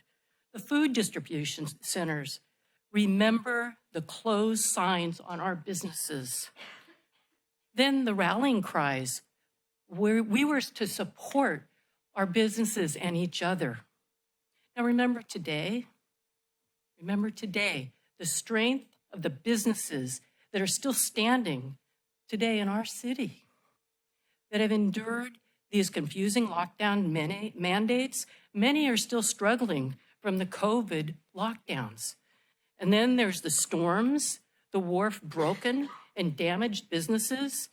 And now leases are threatened by tonight's meeting of policy, adding stresses, duress, and hardship to business owners. It's hard enough to do business. Do not do this administration policy. It's just not needed. We hear that. Other cities don't have them.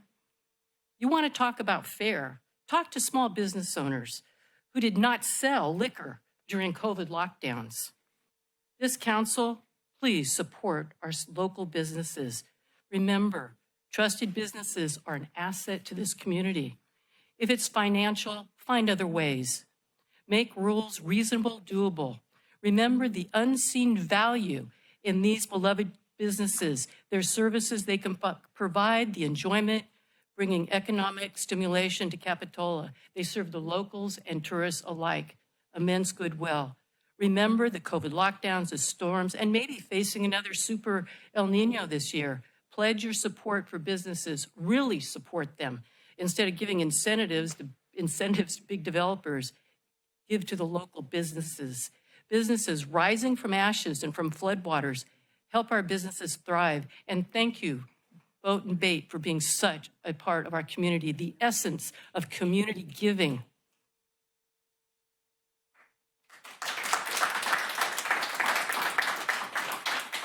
Thank you. I welcome. Good evening, Mayor and Council. Just how we learned that parks makes life better, Capitola Boat and Bait makes Capitola better. Lots of memories, lots of letters to read, all the content is there. What I will highlight is Director Hurley's comment that we need to have those fishing services on the wharf. So I would like to remove the apples to apples comparison on maintenance on the wharf with what Boat and Bait pays for their lease. It's just not an apples to apples comparison because we're required to have those services out there and we have a great community partner to do it with. So just like any other thing in town, you know, if we have a food truck vendor come to a food truck night, you know, we don't ask that vendor to go clean out the trash cans from their food truck night. I mean, it's not apples to apples. These things that serve our community are not apples to apples, and we need to think bigger than that. I respect the fiscal responsibility lane that we're taking, but when we realize that it's like a community, it serves the community, that also needs to be factored in. Thank you. Thank you.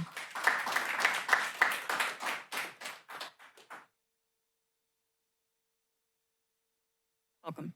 I just have one request. Can you bring the library, I think it said 99-year carve-out slide up? Yeah, that one. Mayor Morgan, City Council, Mark Escobar, lifelong resident. I've been a beach lifeguard and done marine rescue for decades in this county. I've also been on the other end of eminent domain for the high-speed rail. This is probably one of the most disgusting things I've had to deal with. If you were to go to City of Santa Cruz and say that we're going to take the Stagnaro restaurant off the wharf, you would have a riot at the end of that wharf and petitioners. So doing this to Capitola Boat and Bait is the same thing as saying, oh, we're going to remove the Stagnaro restaurant as well. I just wanted to put on the record that you have a 99-year carve-out right there for the library, which is taxpayer funded. Just take the same consideration when dealing with Capitola Boat and Bait, who are taxpayers. Thank you. Thank you. Hi, welcome. Anthony Guajardo, BIA Chair. I think we all can say tonight, conversation, open transparency, could have eliminated a lot of the miscommunication and misunderstanding tonight, right? Nobody knew about what was happening until Thursday. A lot of uproar, a lot of frustration, a lot of vulnerable business owners, not sure, uncertain of what was going to happen. As I've stated time and time again, the BIA here is to collaborate, open to our advice, our expertise on decisions that have impact the village and impact the business district.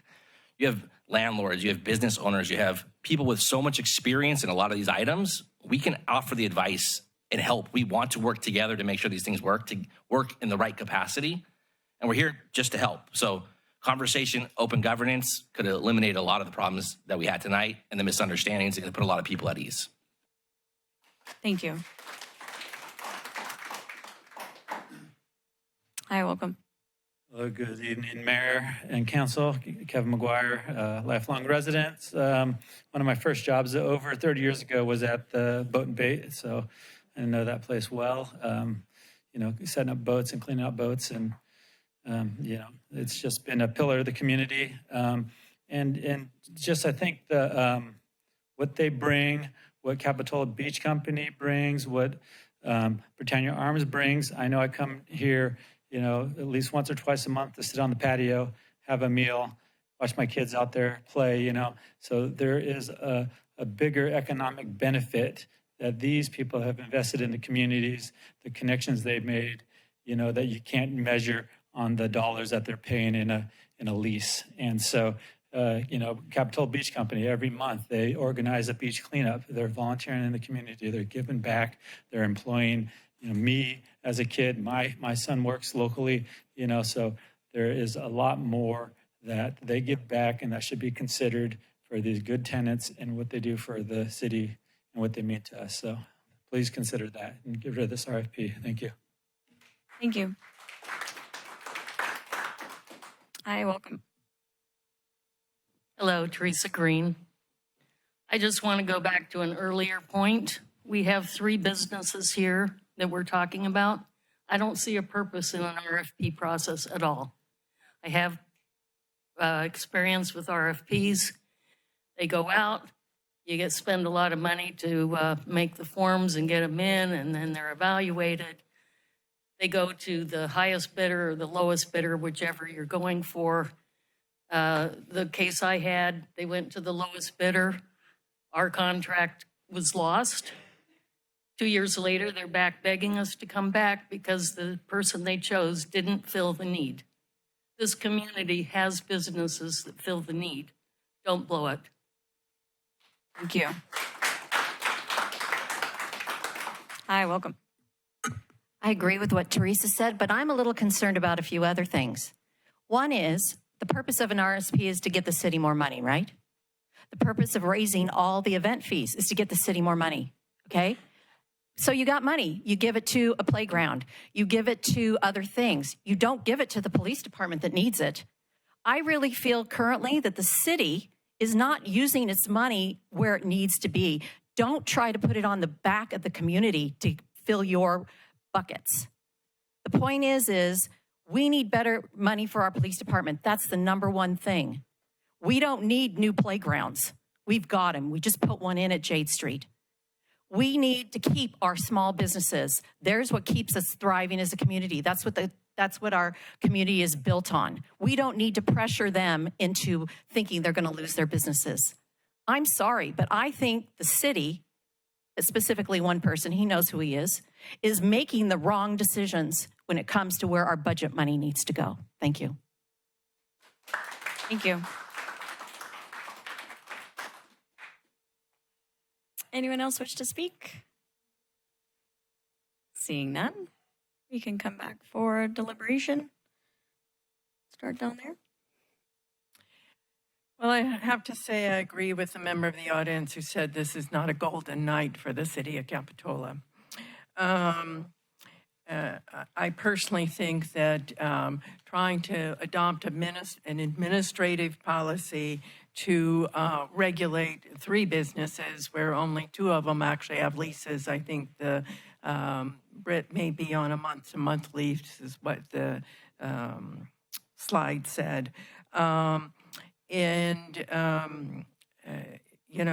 just not been a good night. So I'll go through the reasons why I don't think that we should adopt this administrative policy. Capitola has 2 leases. If the city council can't deal with 2 leases as they come up, then I think the community ought to look at having different council members up here because we ought to be able to handle that situation and negotiate them. Both of the 2 sites that we're talking about are very unique. One of them is a wharf. One of them is in the Esplanade Park. Both are routinely subject to flooding and weather damage. And so this is not a normal tenant-landlord relationship.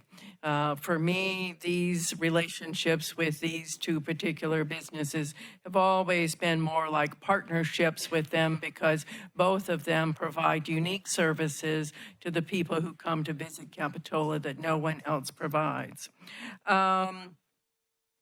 I think that, cost is important, and I've heard a lot, oh, well, we need to recover costs to, maintain the wharf and do this and that. This city spends $700,000 a year to subsidize our recreation programs because we value recreation. It provides a service to the community. It helps us be a better community. So we have a history where we have chosen to spend city money to provide amenities, activities, and things that make us a better community and give people opportunities to do things that they wouldn't normally have to do.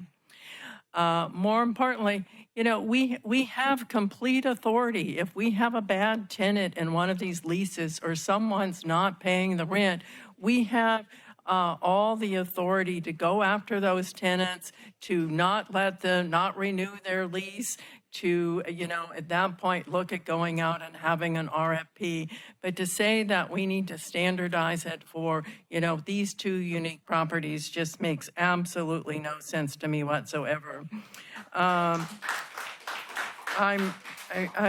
really disappointed that we don't do a better job working with our businesses. We don't do a better job working with our community. If something like this is coming up, we need to have discussions with the businesses that this is going to be involved. They, need to understand why we're doing this, what we think is going to happen to, not have that interaction with our businesses when we continually spout transparency and economic development and caring about the community seems unconscionable to me. So obviously I am not in favor of adopting this administrative policy. I personally have concern about a lot of the administrative policies the city has. There's more than 100, I think it's 152 or something like that. And until we had our new website and asked to have them made public, they weren't even available for the city. So if we're going to have our community have trust in us and believe that we're doing the right thing for not only the members of our community, but our businesses, I think we need to do a lot better job.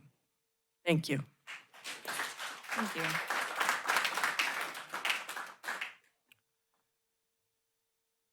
Yeah, I don't even know where to start.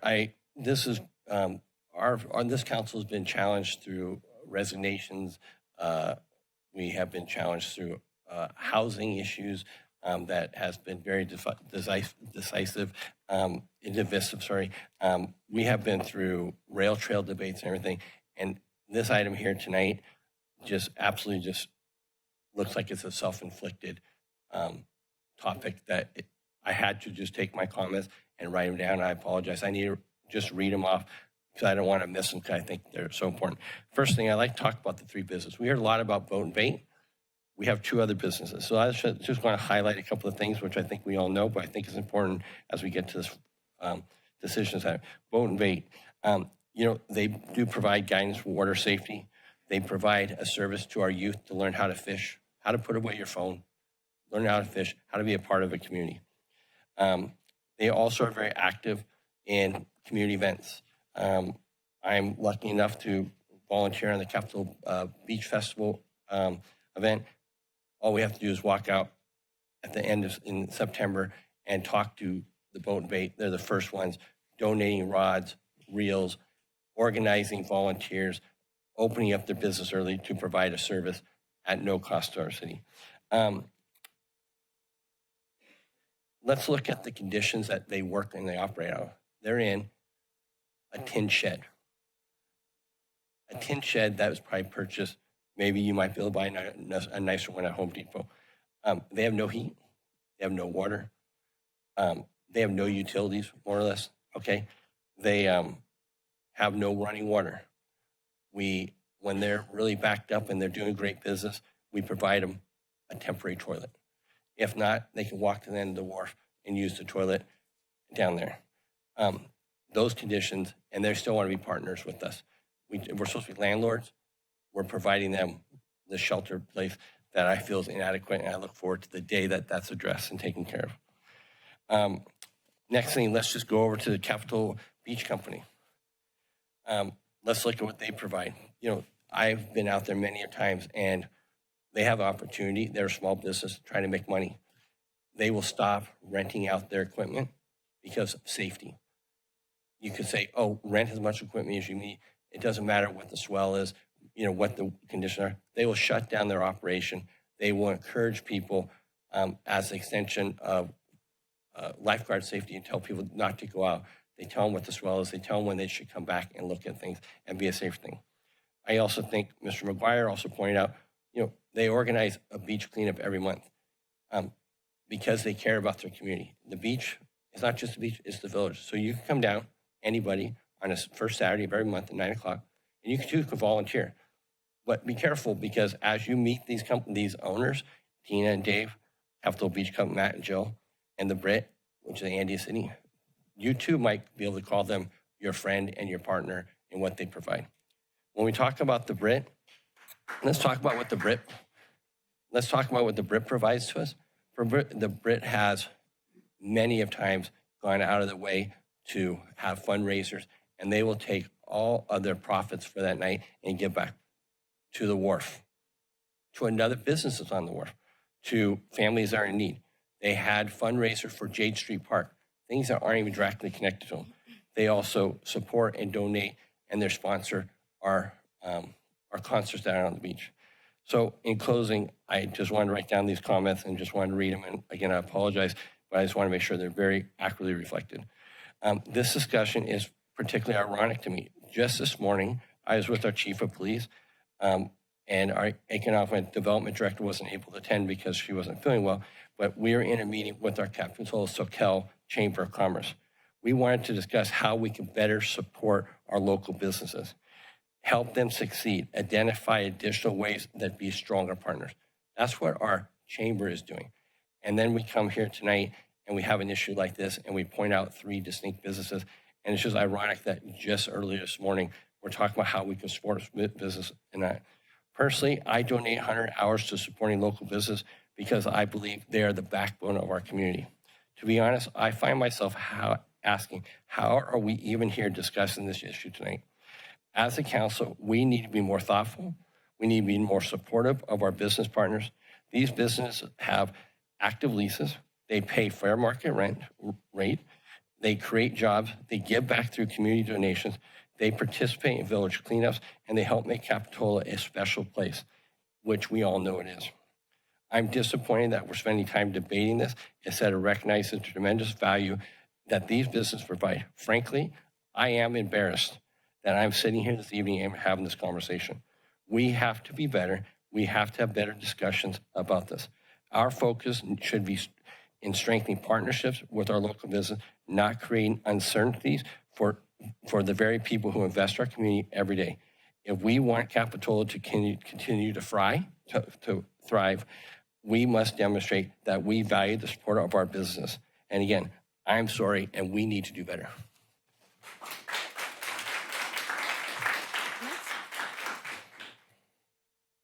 Well said. I would just like to apologize to the 3 businesses. It's really unfair. Apologize to the community as a whole.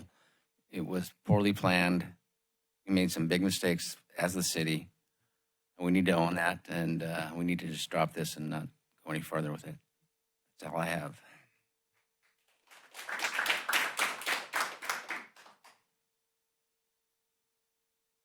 Great. Well, thank you for all the thoughtful words. I'll apologize for how the meeting was ran. That is my job. But I'll be very honest, you never know how these things are going to go, how many people are going to show up. We had this 6:15 time-sensitive item, and so trying to fit it all in, and it is a very lengthy agenda this evening. So I appreciate those of you that were able to stay. I know you took a lot of your day to be here, and so I want to commend you for showing up and showing up for yourselves and for other businesses as well, especially in this regard.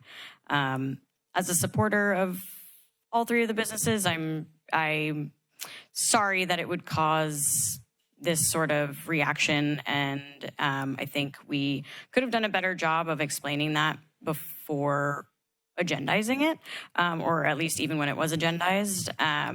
But I think we've heard from people and from council, and I think we need to move forward with our case-by-case basis just because we are so tiny and it is 3 very different leases. And